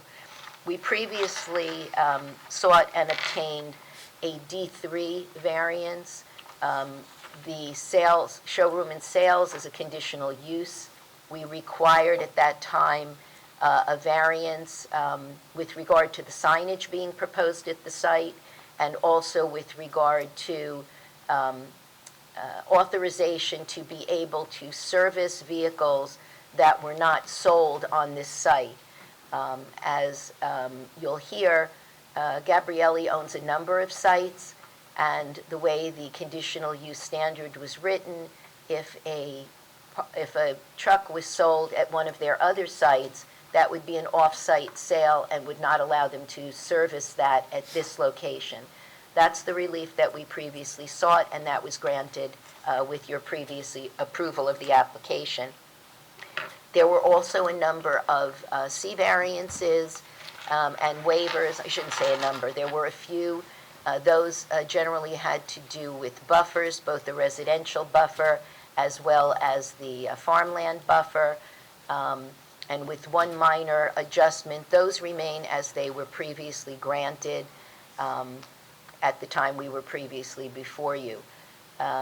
We can report that as to some of the relief, for example, with regard to tree replacement, where previously we were not able to put all of the required replacement trees on site, we do believe at this time we will be able to do that. So there have been some positive changes which eliminate waivers or relief. You also may recall there were discussions about sidewalk and a question about whether DOT would approve the sidewalk because that's obviously within their jurisdiction. We are proposing the sidewalk. We do have our DOT permit, so that's no longer an open issue. I won't go through all of those, but those are the kinds of things that we will certainly bring you up to date on. Paul Avento is the applicant's representative, and, I should note, in the review letters we received from your consultants, they have identified an additional D3 variance. The operation is now being characterized as a service station or service facility, which is also a separate conditional use, separate from the showroom and sales. And I'll let them explain perhaps, but my understanding is because we have proposed that if, for example, we sell a truck to Howell Township, because this is a municipal sales-focused location, not exclusively, but that has always been the intended major focus of this operation. And sales is the major use, service remains accessory to that. However, what we would like to be able to do is provide service to our customers. So if Howell wants to bring one of their other trucks in, one that they didn't buy from us, they're a customer, and therefore we'd like to be able to provide that service. So that has been characterized as yet additional conditional use. And that is what we've added at this time. So with that, I would like to have Mr. Avento sworn, and he will present what we do at the site, what, if anything, is changing at the site, and answer your questions. Okay, is he the only one going to be testifying, or are we going to have? Oh, no, he is a fact witness as a representative of Okay. the owner. We do have Julia Algio, who is a licensed engineer. She previously testified on this Okay. matter. We also have brought an architect, our traffic consultant, and our planner. Certainly with regard to the the traffic, our expert, Michelle Breithoff, is here for your questions if you have any, but we would otherwise not propose to present direct testimony. Okay. With regard to Phil Clark, our architect, who is a different architect than previously appeared, we do have renderings to show you with more detail than were in your packet. We can call him or simply have him answer your questions. We leave that to the board. And then because of the additional variance, we do have our planner with us. So those are the people that are here and will be guided in part by the board once we get through our engineering and our. Okay, owner's Andy, do you rep. think we should get everybody at once? Sworn? So, Ms. yeah. Goncher, the Yeah. board likes to swear everyone all It's fine. at once, and I think since this is a new application, even though it was, I think we should swear everybody. Absolutely. So, anyone, do you swear the testimony you give will be the truth, the whole truth, nothing but the truth? Yours. Okay, and state your names for the record and spell your last, starting with the gentleman at council's table. Paul Avento, A-double-V as in Victor, E-N-T-O. Okay. Philip Clark, last name C-L-A-R-K. Okay. Julia Algio, A-L-G-E-O. Michelle Bryhoff, B-R-I-E-H-O-F as in Frank. Daniel Block, B-L-O-C-H. All the witnesses are Okay. sworn, Mr. Chairman. Thank you. Okay, so your applicant will kind of give, Mike, you wanted to get a kind of update on, or did the attorney address that? Yeah, because there's one that's looking for the extension of time, which is again, assume going simultaneously with this? right, well, if we, our understanding, and I will defer to your counsel, but if you grant this approval, there will be vesting that attaches to the approval you grant this evening. That would obviate the need to extend the old vesting, the vesting that attached to the previous approval that we're amending. If the board should decide they want us to proceed with the previous application for some reason, then we would want the extension to protect that approval for an additional year. We can ask for 3 one-year extensions. We have been granted 2. It's sort of belt and suspenders because we didn't want to leave a gap in those protections, not being able to predict an outcome. So, Mr. Ryan, my suggestion is let's see what happens with the application, and then Correct. if you need to reach the extension. Okay. So, I agree. and Mr. Chair, if I could just give some additional context too. So when this prior application came in and we originally said that they didn't meet all the conditions for service stations and that they also didn't meet all the conditions for sales and showrooms for new and used automobile vehicles. When they revised the plans the first time around, they were able to demonstrate that they didn't need the conditional use variance for the service station. However, since the interior of the building kind of changed with this new amended application as far as the number of service bays, there was also like a showroom that had a, display for a vehicle and some sales offices. Those are no longer in the building.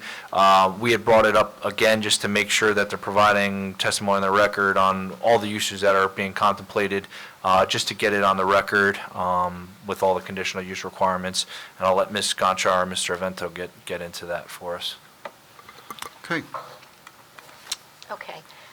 Since you've asked us to give you a little bit for some of the board members who Yes. weren't here previously, Paul, I'm going to ask you to just tell the board who Gabrielli is, or the related entity to the owner, Sure. what they do, and then briefly tell us what we propose to do at this particular location. Great. So thank you for having us again tonight. We appreciate your time.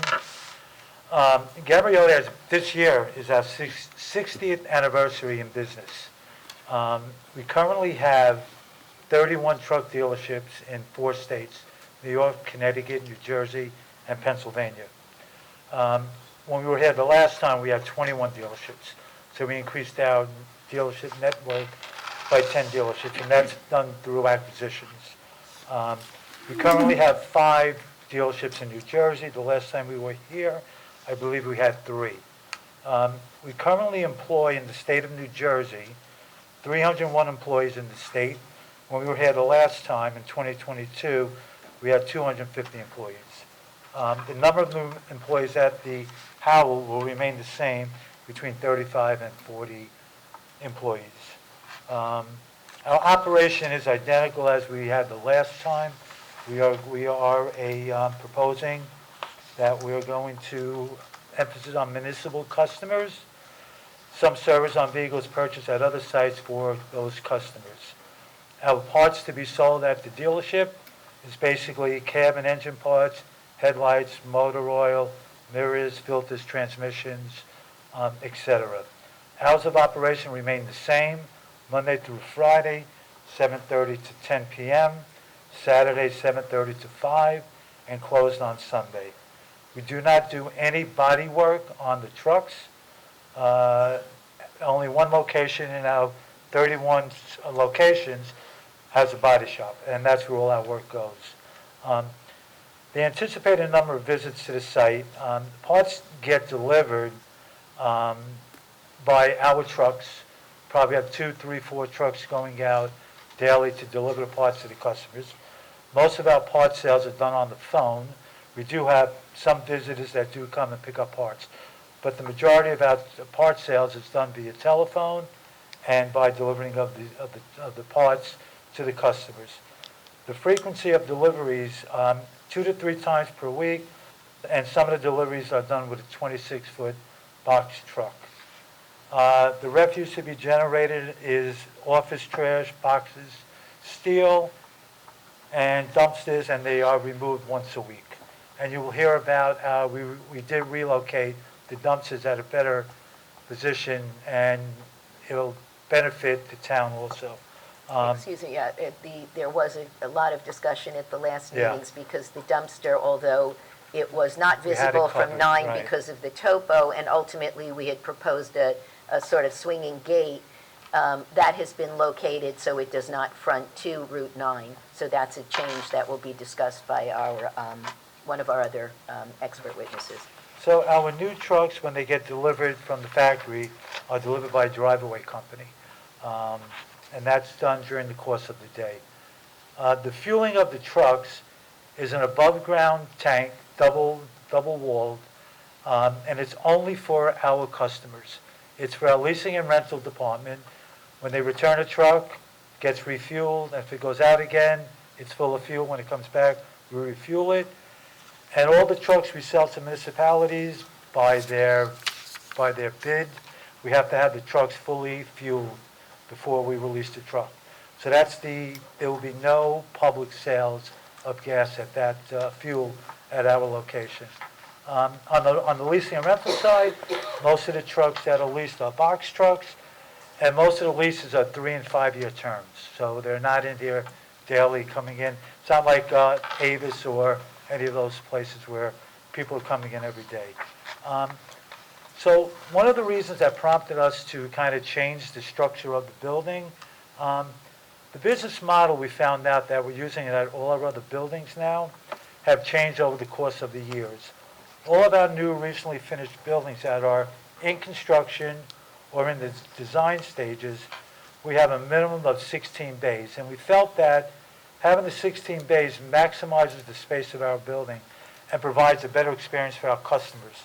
We'll be able to get the trucks out at a faster time than having trucks sit and wait until it's done. So now we can hire more mechanics and have the trucks done faster by having 4 additional bays. Also, our sales department shrunk a little bit, and that was the reason why we took the truck out. We felt that in all our locations, we don't have trucks inside our showroom because those trucks are very large and it takes up space that we can be utilizing better for more office space and for sales space for the employees. And it will help us change the space better, smaller footprint for the sales staff and support staff. So the new trucks are now outside? So, yeah, and that, I forgot to mention that. So all the new trucks are outside, and when you think about it, when the customer comes to look at a truck, they like to feel and touch the truck, so when it's outside, there's a lot more room for them to walk around the truck. And we have displays already set up from the previous, probably will remain about the same. But it's just easier for a customer to look at a truck when it's outside rather than inside. Not like a car dealership where, you have 3 or 4 cars inside, they sit in it, they play with it, then they go outside and take a test ride on a totally different vehicle. So for us, utilizing the space in the showroom is much better use for us as office and sales space. And it's true that the application was previously approved with outside spaces for demo, correct. for a display as well. Yeah. This is not in Yeah, it's lieu not of, they're it's not always, an addition. it was always ever one inside. Just for a quick reminder, can you just run the array of trucks that you sell? Yeah, Types, so please? most of the trucks we sell dump trucks. So most municipalities buy dump trucks and they buy box trucks, but the majority of them buy garbage trucks, dump trucks, and box trucks. And on the leasing side, the majority of them are 26-foot box trucks, 14-foot, 21-foot box truck. Occasionally they'll buy dump trucks, and those are the ones that are on long-term lease, 3 to 5 year leases. Thank You're welcome. I think Howell bought a truck from us recently. And that's the same mix of trucks that we spoke about 4 years ago. That has not changed, correct? Yes. Okay. Okay, I think that covered. Yeah, I covered mine. Yeah, I think that was all that we wanted to, unless the board has any questions, that is consistent with what we had presented to you previously. Mr. Aventa, so looking at the original plans and the current plans, and the biggest change, so you had under the prior approval 111 parking spaces, you're now proposing 116. The biggest change, I think for inventory parking, so I guess display vehicles that are for sale, you went from 39 down to 34, so it's 5 less vehicles, but your service vehicle parking went from 23 up to 40. And so you said it's 4 additional service bays in the building? Correct. Can you give us some like context of when a vehicle comes in for service, how long is it sitting parked on site before it gets serviced? Is it there for days? Is it there for hours? Right. It's a good question. So that's one of the reasons why we went to 4 additional bays to get the trucks in faster. Because when a truck breaks down, they need the truck right away, especially in a municipality, especially in the snow season when they have to get out there and plow the roads. So typically a truck comes in, they diagnose the truck. If it's a major issue, they get in right away. It can take 2-3 weeks if it's an engine change, but it stays inside the building. The other repairs, usually within a day or two, they're on the ground outside to get them in. And that all depends on how many trucks we have that need to be repaired. So typically 1 to 2, we try and move the truck in and out within 1 or 2 business days. Okay. Yeah, so I just wanted to get that on the record, because it's not like they're abandoning the sales component and this is just becoming a service station. It's just, so when they have things that are there for a little bit longer, because it requires more work, they have the ability to park those on the site and still keep up with the pace of what they need to provide for municipal clients, so. That's all I have right now. When you say business days, that also includes Saturday, right? Because you're open on Saturday? When you're saying 1 to 2 business days, that's including Saturday? Yes, Because Saturdays. Saturday is a business day for you? I know it's not a Yeah. full day, but it is a business day? Yes, it's 7:30 to 5 p.m. on Saturday. So it would include that as a business day? Yes. Okay, so the only day you're closed is Sunday? Right. Thank you. You don't foresee probably in a situation where you said snow repairs, a truck coming in and somebody working it out on Sunday. I'm just saying, we think that might happen, we may want to. That's a good question. So we do have, at all our locations, we have 3 to 4 service trucks that are equipped with all state-of-the-art equipment inside the truck. And if somebody calls up, like we have New York City during the 2 big storms we had to have them 4 trucks 24/7 during that period of time. So we do provide service to the customers, and sometimes the municipalities will write in their bid that you must maintain 24/7 service in case something happens. So what we do in that situation, we'll have one of our service guys in the truck, be on call. If it breaks down, he goes, picks up the truck, and goes directly to the customer and fixes the truck. That's the service we provide. And the trucks are located on site, of course? Yes. Correct, okay. Yes. So is it, I guess what they're asking is, do we want to provide flexibility? Is that what you're? I would say, you might want to say that you're open, your standard business hours are what you had identified, Monday through Friday plus Saturday. And in an emergent situation, like a snowstorm or some other kind of emergency, you may be required to do some emergent repairs on Sunday. You don't want to preclude Sunday. That's what I thought you were Right? getting at. You don't want to preclude, so I think that's what, I don't mean to speak for you, but that's kind of where you were That's what I going, thought- right? That's why I was asking. He doesn't want to preclude Sunday as closed. Not that you have normal business hours on Sunday, but in an emergency, you may have to do service Right. on a Sunday. Thank you. So that there's not, so we wouldn't be in violation Disruption of our approval. well, and also, you're not providing a disruption in service to your clients. Right. We appreciate that, thank you. Yeah, 'cause it sounds like it's more picking up a truck and just going on location. Right. Yes. Right. But now that's, just to be clear, that could be 3 o'clock in the morning at times. Could be, Okay. could be. Again, regular business hours is what, and I guess I should ask you this question, because it was another thing we had committed to, that there were questions or concerns about lighting. I should say that we did get a waiver last time because the average is 0.5 foot candle, and we were an average of 1.1.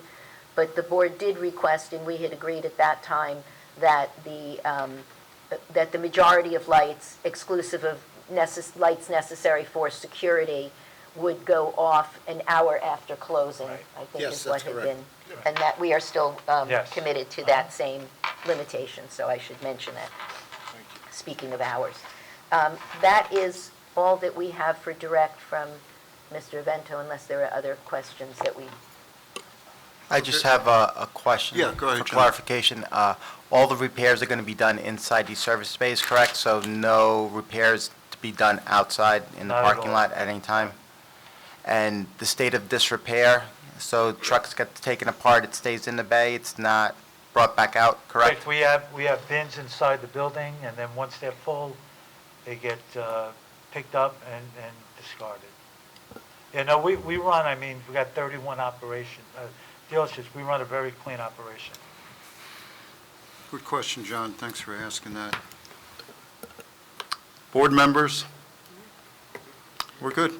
Thank you. I have a few questions. Sure. Just run through them really quick. So, you said leasing, but no rentals? And rentals, There are rentals that happen? yes. Okay. But can you, there was, I think previously, you had indicated that it isn't a retail operation. no, that's And what I what is the mentioned rental before. for? It's, Well, most of the rentals are done, right now, during some holidays, like the Christmas holiday season, a lot of the fish companies need additional trucks, refrigerated trucks. So we have refrigerated trucks, small box trucks. So they'll come and they'll rent them for a week or two. But the majority of our rentals is when their lease truck breaks down, we give them a replacement truck. And that truck is a rental truck to that customer. And they just pay for the mileage, and in their contract, we provide them free of charge, the replacement truck, and they just pay for the mileage. So it's a loaner. Yeah. Because downtime could get expensive. Yes, it Yeah. can. right. So daily rentals would be unusual, or, We Not don't do likely. daily rent. okay. One reason is insurance. Nobody can provide enough insurance. And we're not going to take a risk of having, somebody come from, we don't even know who they are. We do not deal with them. We deal with our customers that have been customers with us forever, and they're the ones that we do daily rentals with. Okay. It's a very risky business. Plus getting paid, too, I'm sure. is an issue. All right, Mr. Arvento, so now, with regards to the different types of trucks that you sell, you could essentially have a dump truck and a garbage truck that are the same exact truck, same exact frame, but with different bodies on them. Do you upfit those bodies on site, or they come in already ready to be sold to the customer? Good question. So we do not. So when the salesman makes a deal, they decide what body they want to put on the truck. We design the chassis. We build the chassis gets shipped directly to the body company. It can be in Ohio, Maine, anywhere. They mount it, they do everything. Then the truck gets delivered to us. We prep it and deliver it to the customer. We do not do any fabrication inside our buildings. Okay. Two more quick questions. The fuel tank size. I don't think I heard the size of that fuel I think we tank. shrunk it. I think it, you know what, I don't, Phil might have it. We shrunk I think the that might be size. better for Okay. the engineer. We can We'll wait. get that to you from That's one fine. of the witnesses. Yeah, we don't, yeah. All right, then my last question is, with regard to the repairs that are going to be done in those 16 bays, is it just all kinds of repairs, any kind of limitations, or is it pretty much everything? that you're doing? Everything. Okay. All right, that's it, thank you. Thank you. Okay, I think we're set to go Okay, here. we'd like to call Julia Algio, our site engineer. Thank you. Thank you. If I could make a recommendation, Merrill, I would focus on what's changed. Okay. Yes, Because it's important for, I know you guys know, this site was already approved for this use. So Yes. if you guys don't act favorably, they still have the ability to go back to what they Yeah, got approved prior. So I would focus on what's changed. I certainly, yes. Yeah, We have an overlay that we'll show you, so Yeah. that may help, and that'll give you what the change is in one picture, and hopefully that'll be, sure. so we'll just Well, need I'm your using- credentials again when Yeah, let's qualify you first. and then Yeah. I'll- Okay. All right. All right, can we have, Julia's been sworn, so can you please advise the board with whom you're associated, your background, your position, and licenses that you currently hold? Certainly, yes. I am a licensed professional engineer, also a licensed professional planner, but not. Excuse me, can everybody hear her? Maybe Yeah. speak a little louder. This is not amplifying, this is. No, we hear you fine, Mary. Yeah. Okay. Well, me, everybody. Yeah. Yeah, you can bring it closer. Is that better? Yes, much better. Okay, so I'm a licensed professional engineer. I am a senior principal at the firm of Colliers Engineering and Design. I've been licensed for over 35 years in the profession, over 40 years. My office is in Howell Township, New Jersey, and I was the testified on behalf of the applicant for the original application. Here again. Yeah, we accept your qualifications. Thank you. Thank you for accepting her as an expert in the field of engineering. Okay, so, do you want to put something up just so they have something? to Yes. look? Why don't we do that?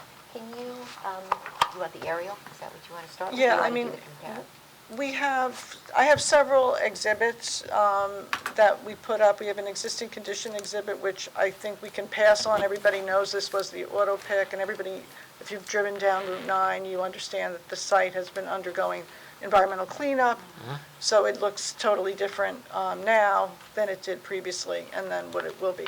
So I also have, if you wouldn't mind putting up the site plan exhibit, so just real quick to show the board what we are proposing, and then I can, here we go. Okay. All So, right, can you identify? This is labeled A2. A2. Can you just tell the board how you identify, this is, what it's called on there is what? yes, it's Site. called Gabrielle Howell Realty LLC Site Plan Exhibit, and it's dated April 27, 2026. So what you see here is a color rendering of our landscaping plan, and this plan is very similar and identical in most spots to what was previously approved, with the exception of the building being shifted to the south. And may I point out that Route 9 is on the bottom of the page, so north is facing left, and south is right, as you're looking at the drawing. Just for orientation, what's the cross street? That's, oh. yeah, is that the Okay, driveway? so that's a good question. For orientation purposes, Julia, can you just tell us what's around this, just to reorient the board? Sure. So, on the south side, what you're looking at is the driveway to the New Jersey Transit Bus Depot. On the east side, on the top of the page, that's also part of the bus depot property, and that's a detention basin. On the north side it's like floodplain and wetland, Bannon Meadow Brook, which basically ends at the property line, and obviously on the south is, on the west is Route 9. So, skipping over right to the overlay, or should I describe anything more about the site? Would you like any more description about this? Well, just if you can advise, the access is from Route 9. Has any of that changed in terms of how we're accessing the site? The limit, basically, of disturbance around the site where the curbing is? Okay. Has that remained? So what you see here is... Could you identify this? Yes. And we'll mark it. Is this A3, Andy?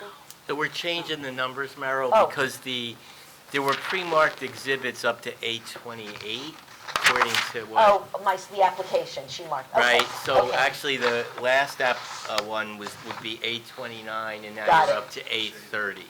Thank you.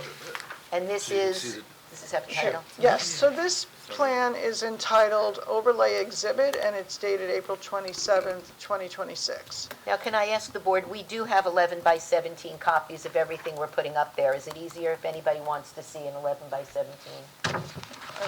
We should hand out. If they only, do you want them, or these, you can see with this? Okay, all right, good. Okay. Okay. So what you see here is an overlay of the original plan and the proposed plan. In red is what was previously approved, and in black is what we are proposing for this amended plan.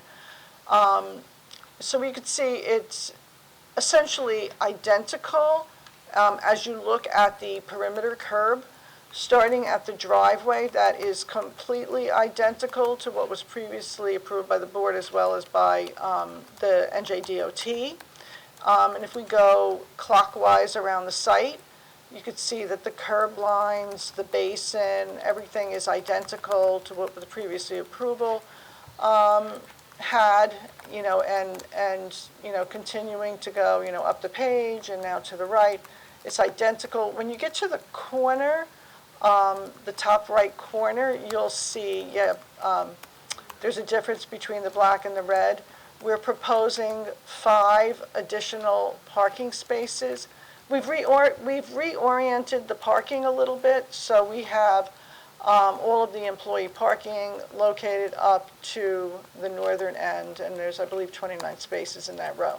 And then as you travel down the right side, you'll see the curb line is identical until you get to the bottom right-hand corner of the site. If you don't mind circling that little area, we've brought the curb line in, created a little bit more grassy area for buffering, and we've held completely the curb line as it was previously approved along the rest of the curb line along the front where the display parking spaces are. In that area, you could see that dash line, and that's labeled a residential buffer. There's across Route 9, there's a residence, and that buffer and the design of the landscaping and everything in there has remained unchanged. The proposed signs unchanged, and all of the perimeter landscaping remains unchanged with the exception of the area up at the top where we carried through the landscaping concept where we've added the additional parking. And have we, I had indicated in my introduction that where previously I think we were getting a waiver, I guess, paying for trees that could not be located, somewhere around 40 trees is my recollection. We are now able to meet the replacement requirement on site. Is that accurate? That's right. The plan is fully compliant. We meet the street tree requirement, the parking lot tree requirement, the replacement tree requirement for tree removal, and then there's also an impervious surfaces tree requirement, and we've met that. So it's fully compliant for the number of trees proposed. Would you please show where those trees are going, those replacement trees? Sure. Can we revert back to the prior exhibit? The rendered site plan? The rendered site landscape plan, yes, please.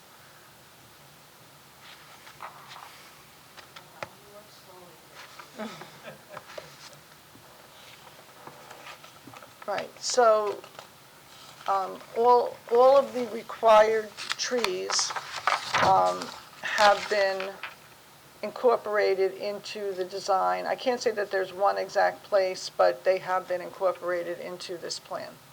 So we meet the number of replacement trees. They have really focused their landscaping on, and Julia, you can correct me if I'm incorrect, but you've really focused kind of more on the northerly side of the site, maybe a little bit to the east, and that little odd triangular piece on the top. I don't really see the need to really buffer the New Jersey Transit bus driveway and parking lot. So I don't think, and as we discussed when this came before us the last time, that it is very unlikely that the property immediately to the north is developable because of the environmental constraints, which is why you guys granted relief from the strict buffer requirements, because nothing could go there. but they have really attempted to put the landscaping along that property line in the odd event that at some point in the future, something goes there. But it is very, very unlikely because the environmental constraints are significant in that wooded area. I mean, I didn't speak out of turn, right? That's consistent with what we discussed at the last meeting? That is in the record, that the testimony was that because of wetlands and other constraints there. Floodplains and things Floodplain, like it that, could not yes. be. That was the testimony from the previous I hearing. guess my concern is that putting 40 more trees in, are they putting them in where they're not needed? I mean, we're buffering wetlands, so I don't know that they're necessarily providing what we anticipate when we think about the trees in terms of buffer or what have you. I do think what they've done along the frontage is going to be a drastic improvement over what is on that site currently. And even with the cleanup that's been happening there, the site is in way better shape than it was even when this came into us originally. I think, Meryl, what they're saying is that they're not necessarily opposed to, and I think what I'm hearing from Mr. Cantor, right? I'm not going to broadly brush everyone, but they may not be opposed to having you continue with that relief if those trees really are not providing any kind of significant benefit. So I would suggest it's 40 trees. That's a financial commitment. I mean, especially in the back in that triangular piece, like what are we doing back there? Like what are we buffering back there? You got the basin for the bus depot, and then you have environmentally sensitive. How about this? If it would be satisfactory, how about Ms. Algio's office work with Charlie's office and looking at the landscaping design to determine if there are things that you're proposing that really are not necessary, that maybe if you guys are willing to continue the relief that you granted previously for strict compliance, and you guys work it out, maybe it doesn't come out to 40 trees, maybe it comes out to 30 trees, I don't know, but it's up to you guys. And if you're dead set on planting the 40 trees, that's on you. You know what, to the extent that there's an economic consequence to that, if the board is okay with it, we're happy to work with your consultants. If the numbers, if they feel that for the dollars, they'd like to get more trees somewhere else on the site, rather than paying it I out, kind then we'll work of it out. jumping on with Mr. Cantor with this, because I think that's what we're, exactly what he's getting at, and I think it's a better idea. Yeah, So as long as you can work with Sherry, I'm comfortable with that. Yeah. So everybody else? Yeah, we usually do have a letter. We didn't have something from Sherry, probably because it's an amendment. Right. Yeah, So I- we're happy to, we'll work with her. Yeah. Again, I don't, since I don't know how those numbers shift, I don't want to make a commitment, but No, certainly, but since we don't know what the suggestion will be. But Then guess- I would suggest then that at the end of your presentation, that you do ask for the continued waiver. Right, okay. In the event that when you work it out with Sherry, she comes up with things that you could remove, they don't have to come back then to get Yes. the waiver, right? This is being given to you at the advice of the board, so it's, I don't want you guys to have to come back here for this. We thought you'd be happy. Listen, it doesn't happen ever. Right. No, and because there were 100, as I recall, because we were talking about adding trees the last time, when I think we were providing 120, and I remember the discussion, could you put 6 more? Do you think you can fit them up in the triangle? So I guess we thought that you would be excited about us meeting it, but we will work with them. If we still need, to make a contribution for a portion, we will do as Jen has suggested. And we're specifically talking about the north and the east side, right? Yeah. Well, and The triangle. if Shari tells us she'd like to see 2 more trees on the right-hand side, I'm not good with the north and the west, I'm thoroughly confused, but I can do right and left. So if her suggestion is take a couple out of there and move them somewhere else, we're certainly willing to work with them and to keep more trees, but maybe somewhere else on the site, and that's something we can work with them. Mr. Chair, I had a couple quick questions. Can we look at the overlay again? I know there was a bunch of parking on the south side. Now that it's moving, I assume all those spaces were moved somewhere else? Yes. Okay. So what we did was, I'm getting myself confused here. Okay, so the red was the original location of the building, and the parking along the south side that you're referring to, the vehicle, they were for service vehicles to be serviced. What we did was we shifted the building towards the southerly property line, and then reoriented all of the service spaces in the new one? on the north side Okay. of the building. And Yes. then the other question was, I remember last time, I don't remember all the details, but on the south side, we had those 2 loading bays that went downhill, and then now it looks like it's turning into one. Can you just address that a little, please? Yes, so it might be clearer to look at the other. I apologize for making you go back and forth. So on the original plan, I'm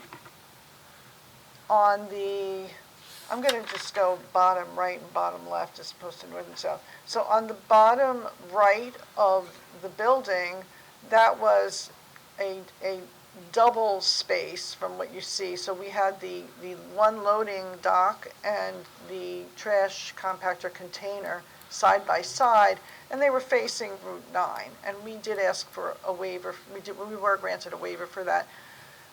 However, with this modified plan, in the front, what you're looking at, that is the loading dock, and there's a retaining wall on the right side. There was a question about the retaining wall and the material, and the retaining wall will be a split-face block matching the split-face block on the building.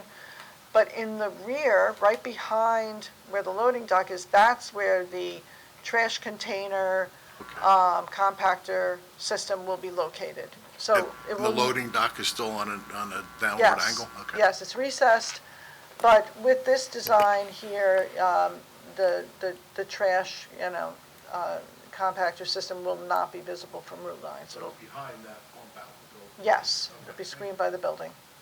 Right, and again, that also eliminates one of the waivers that Yes. we had previously requested, so that's been eliminated by this modification.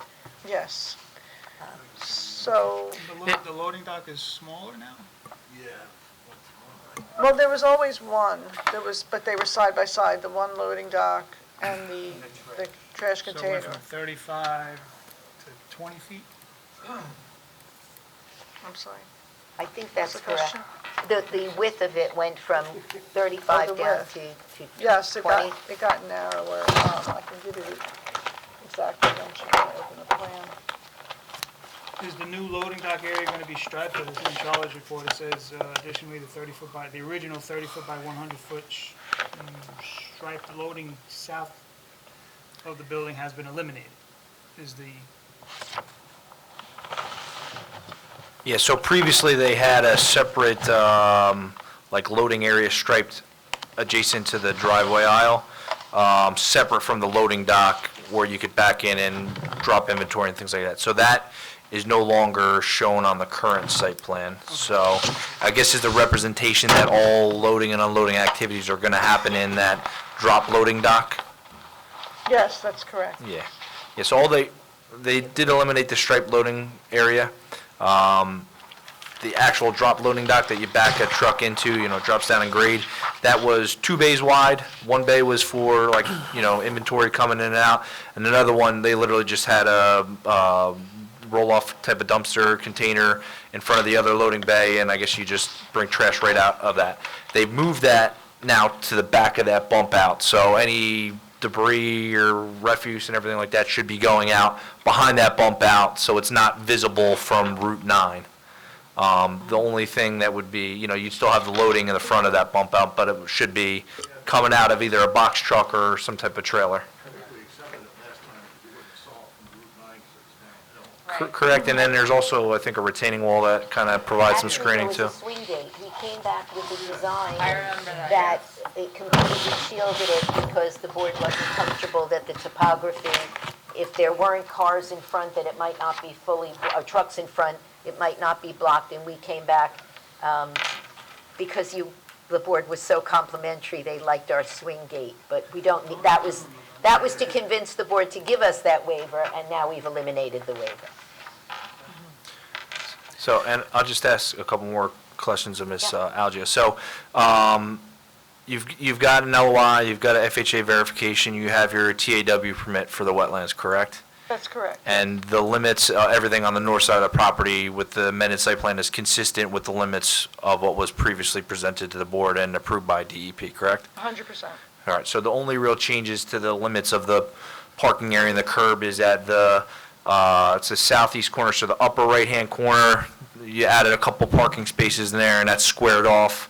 And then at the lower right-hand corner, so it's a southwesterly corner, you've actually pulled the parking area in a little bit to have that, I guess it's like the hot box enclosure location, right? That's in a grassed area instead of in the, like the paved parking area, correct? That is correct, yes.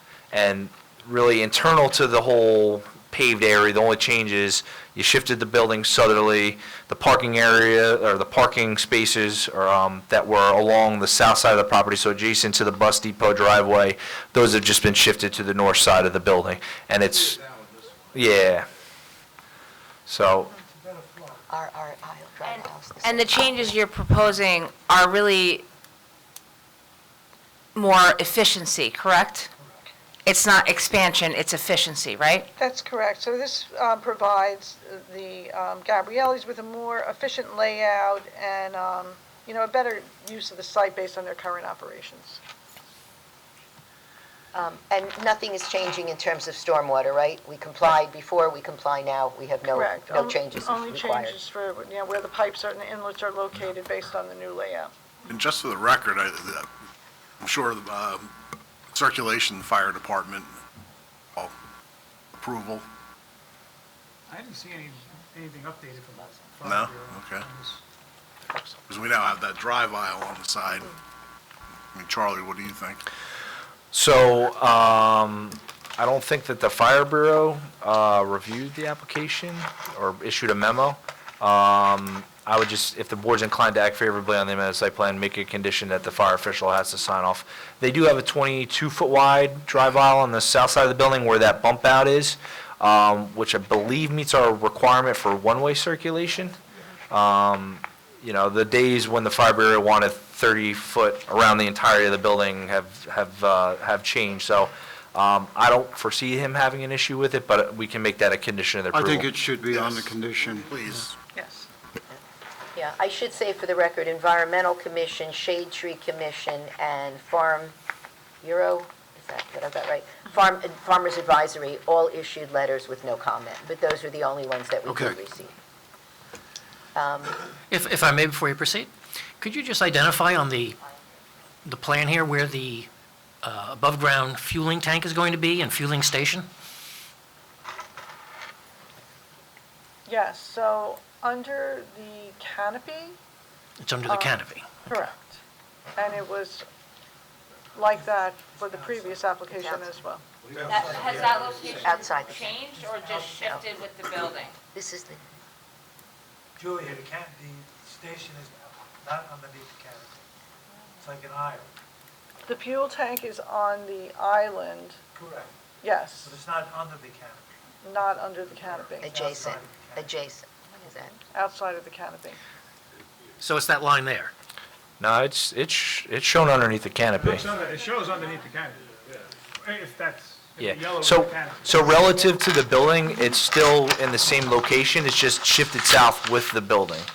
This is it, isn't And it is a smaller tank, but the tank itself does have bollards around it. I think that's dictated by like fire code and things like that. But they're gonna have to get all, building permits and fire approvals as a condition of the board approval, similar to what the original approval was. And the tank's dual walled, right, so. I was just going to say, the record, that is not changing. It was a dual Double wall. Wall, Absolutely, and we were asked about any required permits, and the testimony previously, which is the same, that any state requirements or any other regulations that we will comply with. This is a feature they have at all their other locations, so they have companies that they work with to assure that these are maintained and inspected, and that is not changing. And then I think the only other question I have for Ms. Algio, so, and I think it was similar to what was shown previously, to come in and out of the site for WB 67, which is the largest type of semi-trailer you would get. It does cross over the island that's in the site driveway. Can you give us, what's the status of the DOT access permit? Has that been signed off? Is there any amended approval required with any of the site plan changes? The DOT access permits are fully approved and executed. We do not, as far as we do not require DOT approval for, we're not changing the driveway, we're not changing the trip generation. So it's not subject to a DOT reapproval. Okay, but you have the access permit and everything like Yes, that, we correct? All right. I think that's all I have for Ms. Algio. Anybody else with a question, this witness? Okay. Okay, so we would like to show you, if you'd like to see it, the rendering of what the building as changed is going to look like. We have our architect here. Other than that, I think we've described interior, what the changes are, so we won't belabor that. But we can show you the rendered building with the changes, and that's probably all we would call the architect for, unless the board is satisfied and doesn't want to... Okay, that's up to the members who are not here. Yeah. Okay. Okay. Yeah. Okay. Can we ask you to, the plans that did they come through? Did I? I have GTS now, is that it, or the side view?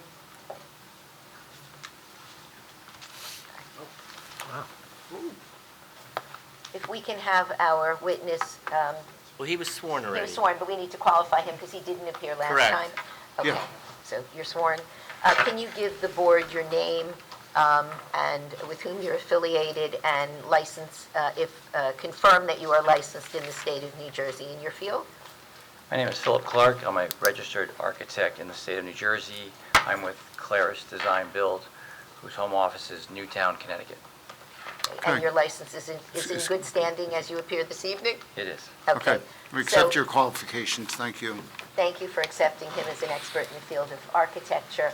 So can you just identify, this was not part of the plans, they would not have been on Ms. Rabano's list, so I think we're up to, would it be A 31? Okay. Can you describe for the board what we have marked as A31? First of all, was this done, did you prepare this, or was this done under your supervision? It was done under my supervision. Okay, and you just tell the board what they're looking at, and so that we can give it a name to go with the exhibit number. You're looking at a colored rendering looking northwest, on the northwest side of the building, the two-story structure as proposed. We're staying with the gray shades, which is what we... Speak loud. I'm sorry. Yeah, We're staying with the gray shades, which was what was proposed last time. We've got the split face dark block at the base.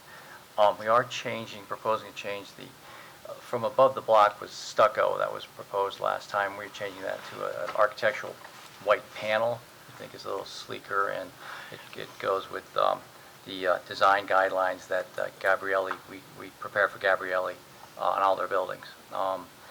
We did change the service right up under the canopy to the left, which is to the north. That originally was actually coming out. It was coming out at 2 stories high, and it was a dark blue structure. It really took away from the appearance of the rest of the building, so we lowered that canopy. It's now 14-foot clear, which is ample, and we turned it to a white structure. So it was just too pronounced on the last design. It's still a two-story building, a lot of light. It's very sleek, we think, and it fits with the other, all 31 sites are going to this model. And based upon your review of what was previously approved and your review of the ordinance, does this meet the architectural requirements as the previous approval did? It does. Previous building? Okay. The front of the building is two-story and the rear is a single-story, but with the same comparable height? Actually, so the building is raised 5 feet from the original design. That had to be done. The types of cranes we use in the rear in the service bays, it requires the 5-foot height.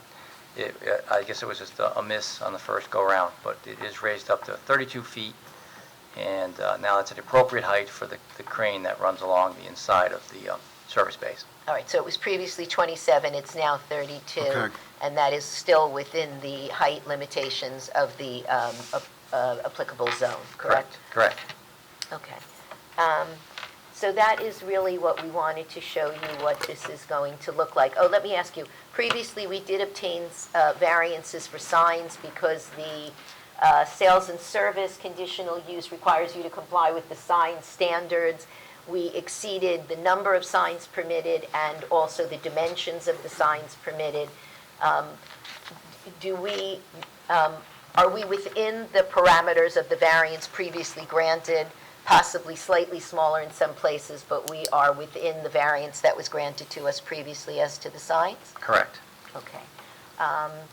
And the same number as well? Yes, 6 signs. All right. And I think the conversation last time is that they were interior illumination for all or almost all of the signs, is that? On the facade. Right. Okay. And that remains the same? Correct. In terms of the illumination? Okay. So that is, that's what we have for the architect, unless you have questions of him. This is what we are proposing. Jennifer? Yes, sir. I have nothing. I think it looks great. I think that what they're proposing is consistent with what we've approved previously, and I take no exception to the adjustments that have been made as opposed to the building changes. Mr. Chair, just one question for the architect. So I think the last time around, there was a condition that any rooftop mechanicals would be central to the roof and would be not visible from the public. So it's not shown here because this is kind of looking up, but there are a couple rooftop units with a screen. Can you give us an idea of like what that screen wall, what the material, what it looks like, and just the general height relative to the rest of the roof? Thank you. Thanks. I'm sorry, yeah, we did compress them towards the back of the front roof, and we screened them with a metal horizontal cladding about 5 feet high to hide the entire units. There are 3 units, and it's a gray metal consistent with the top coping. All right, so it'll fit in with the rest of the building, and it's 5 feet, just enough to screen the units. Yeah, you're probably not going to see the units at all, but there is a screen in front of them. All right. How tall is that parapet right there? Do you know how tall that is off the roof? It drops down, I think, 2.5 feet, I believe, so it's Okay. 29'6", I believe. So the screening would go about 2.5 feet above that? Yeah. Okay. Okay. Very nice design. Well, thank you. Yeah. Everybody else good? Okay. Andrew Byer. Since the building was Partner moved Hashman Stein Waldron. south, I guess it created a little bit of a side setback issue. Is it an issue like further on down the road, if the neighboring property be changed to something else?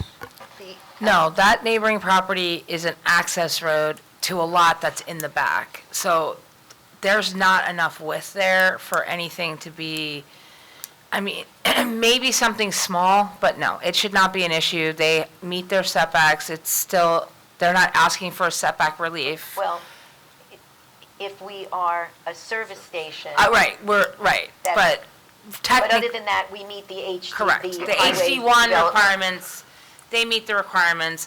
And let's not, like, think about it as well as you continue south, the Pods building is going up, which is a 3-story building at the jug handle. That's not that far from here. So this is going to be significantly smaller than what's going up. And then the U-Haul place that's already up, that's next to Twin Pond, is already 3 stories. So this is not going to create an issue whatsoever. Yeah, so this was just a service station by itself. It wouldn't meet that setback requirement of the conditional use standards, but the service component of this is an accessory to the sales and showroom component of the site. And the NJ Transit Howell garage there, that's been there at least since the 1990s, so I don't foresee that coming and going anytime in the future. It's pretty busy. So that would be the only, if we don't need to ask for that, if we think we should ask for it as a technicality, and the same thing with the, Yeah, I'm good. okay. I think we're good, so, Okay. and I think we're also very, again, impressed with the, so, I don't think we Thank have you. any further comments, questions? Okay. And then I'm going to say, so we don't need any further planning testimony. We are reiterating the planning that we previously had. And,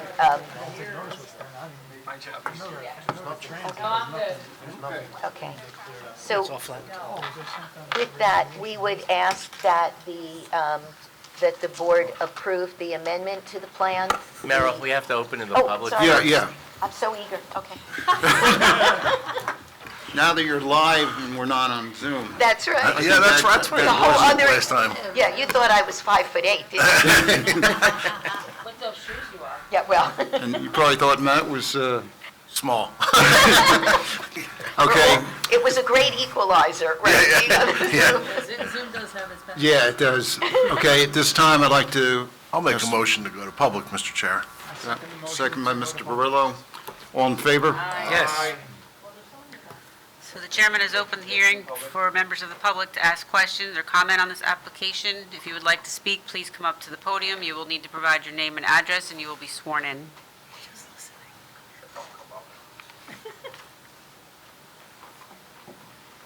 You swear the testimony you give will be the truth, the whole truth, and nothing but the truth? I do. State your name for the record. Joe Bazanis, Colts Neck Road, 150 Colts Neck Road, Bizonos. I think it looks great. I think we need more business on Route 9. That's all I want to say. Yeah. 150 Colts Neck Road. Yeah, looks great. Let's do it. You know how rare that is? Yes. Oh, we do. Okay. So, seeing, I don't think we have any more further questions. Are you? I'll make a motion to close. Yeah, And I'll that would be second the that. first thing we'll do. Yeah, we'll second that. I'm I'll second jumping the that. gun here. Okay. Anything you want to, because I know we interrupted you while. No, that's okay, because I was overeager. No, we would simply ask that the board grant the amended approval to the extent that any additional relief was identified. We would ask for that, but we think we've basically eliminated some of the relief the board previously granted, and we would ask the board to act favorably. So we are eager to get started now that the environmental stuff is largely behind us. Okay, now is that going to impact the extension of time or? If you guys act favorably, I don't think they need an extension. Okay. Right. For the record, that Yeah. the vested rights period, if the board recognizes that the period of vested rights commences again, we're not looking to hold up, but just to protect, if something comes up, we want to know that our approval continues to be protected under the statute. Okay. So, but we don't need an extension of the underlying approval if you're Okay. granting the amendment. I agree with that legal position. Okay. Okay, what is the pleasure of the board? Well, Mr. Chair, I really think these are good changes, positive changes, and it sounds like they're also well on the road to perfecting this, so I'd like to make a motion to approve. Mr. Hughes with the motion, do I have a second? I'll second that. Second, Mr. Kavarakis. Roll call. Mr. Barillo? Yes. Mr. Cantor? Mr. Venter, thank you for coming to Howell, bringing your business to Howell, and yes. Thank you. Mr. Hughes? Yes. Mr. Ryan? Big yes. Ms. Scottson? Absolutely, yes. Mr. Kavarakis? Yes, I think that this is a huge improvement for that area and for the Route 9 corridor. I very happy to approve this, so without a doubt, yes. Chairman Mertens? Same way as I was 4 years ago. This is one of the best improvements to Route 9 in my years on the zoning board, and with that being said, yes as well. And good luck. Thank you so much. I am going to get a clip. Motion off the record. carries. I'm getting a clip of this because this never happens. This kind of enthusiasm. Thank you so much for Yeah, your you're welcome. attention. It was good seeing you again, good Thank seeing you live. Thank you so much. And thank you for the assistance of your consultants. Over 9? Come on. Okay, we're close, Matt. That's right. Yeah, so, I know. Thank you again, everybody. Yeah, good luck. Appreciate it. Thank you. you. Thank you. Lisa, what's our next meeting? I believe that would be the second week in May, so where is Mother's that? Day. May 11th? No, yes. How do we look for schedule-wise? There's two cases, Omnicon Realty and Van Wickle Auto Supply. Okay. Yeah. Anyway, if there's no further business from the board, I'll entertain a motion to close. Anne Marie with the motion, second by Mr. Barillo. All in favor? Yep. Good night, see you on the 11th. Thank you, professionals. Take care of your mothers.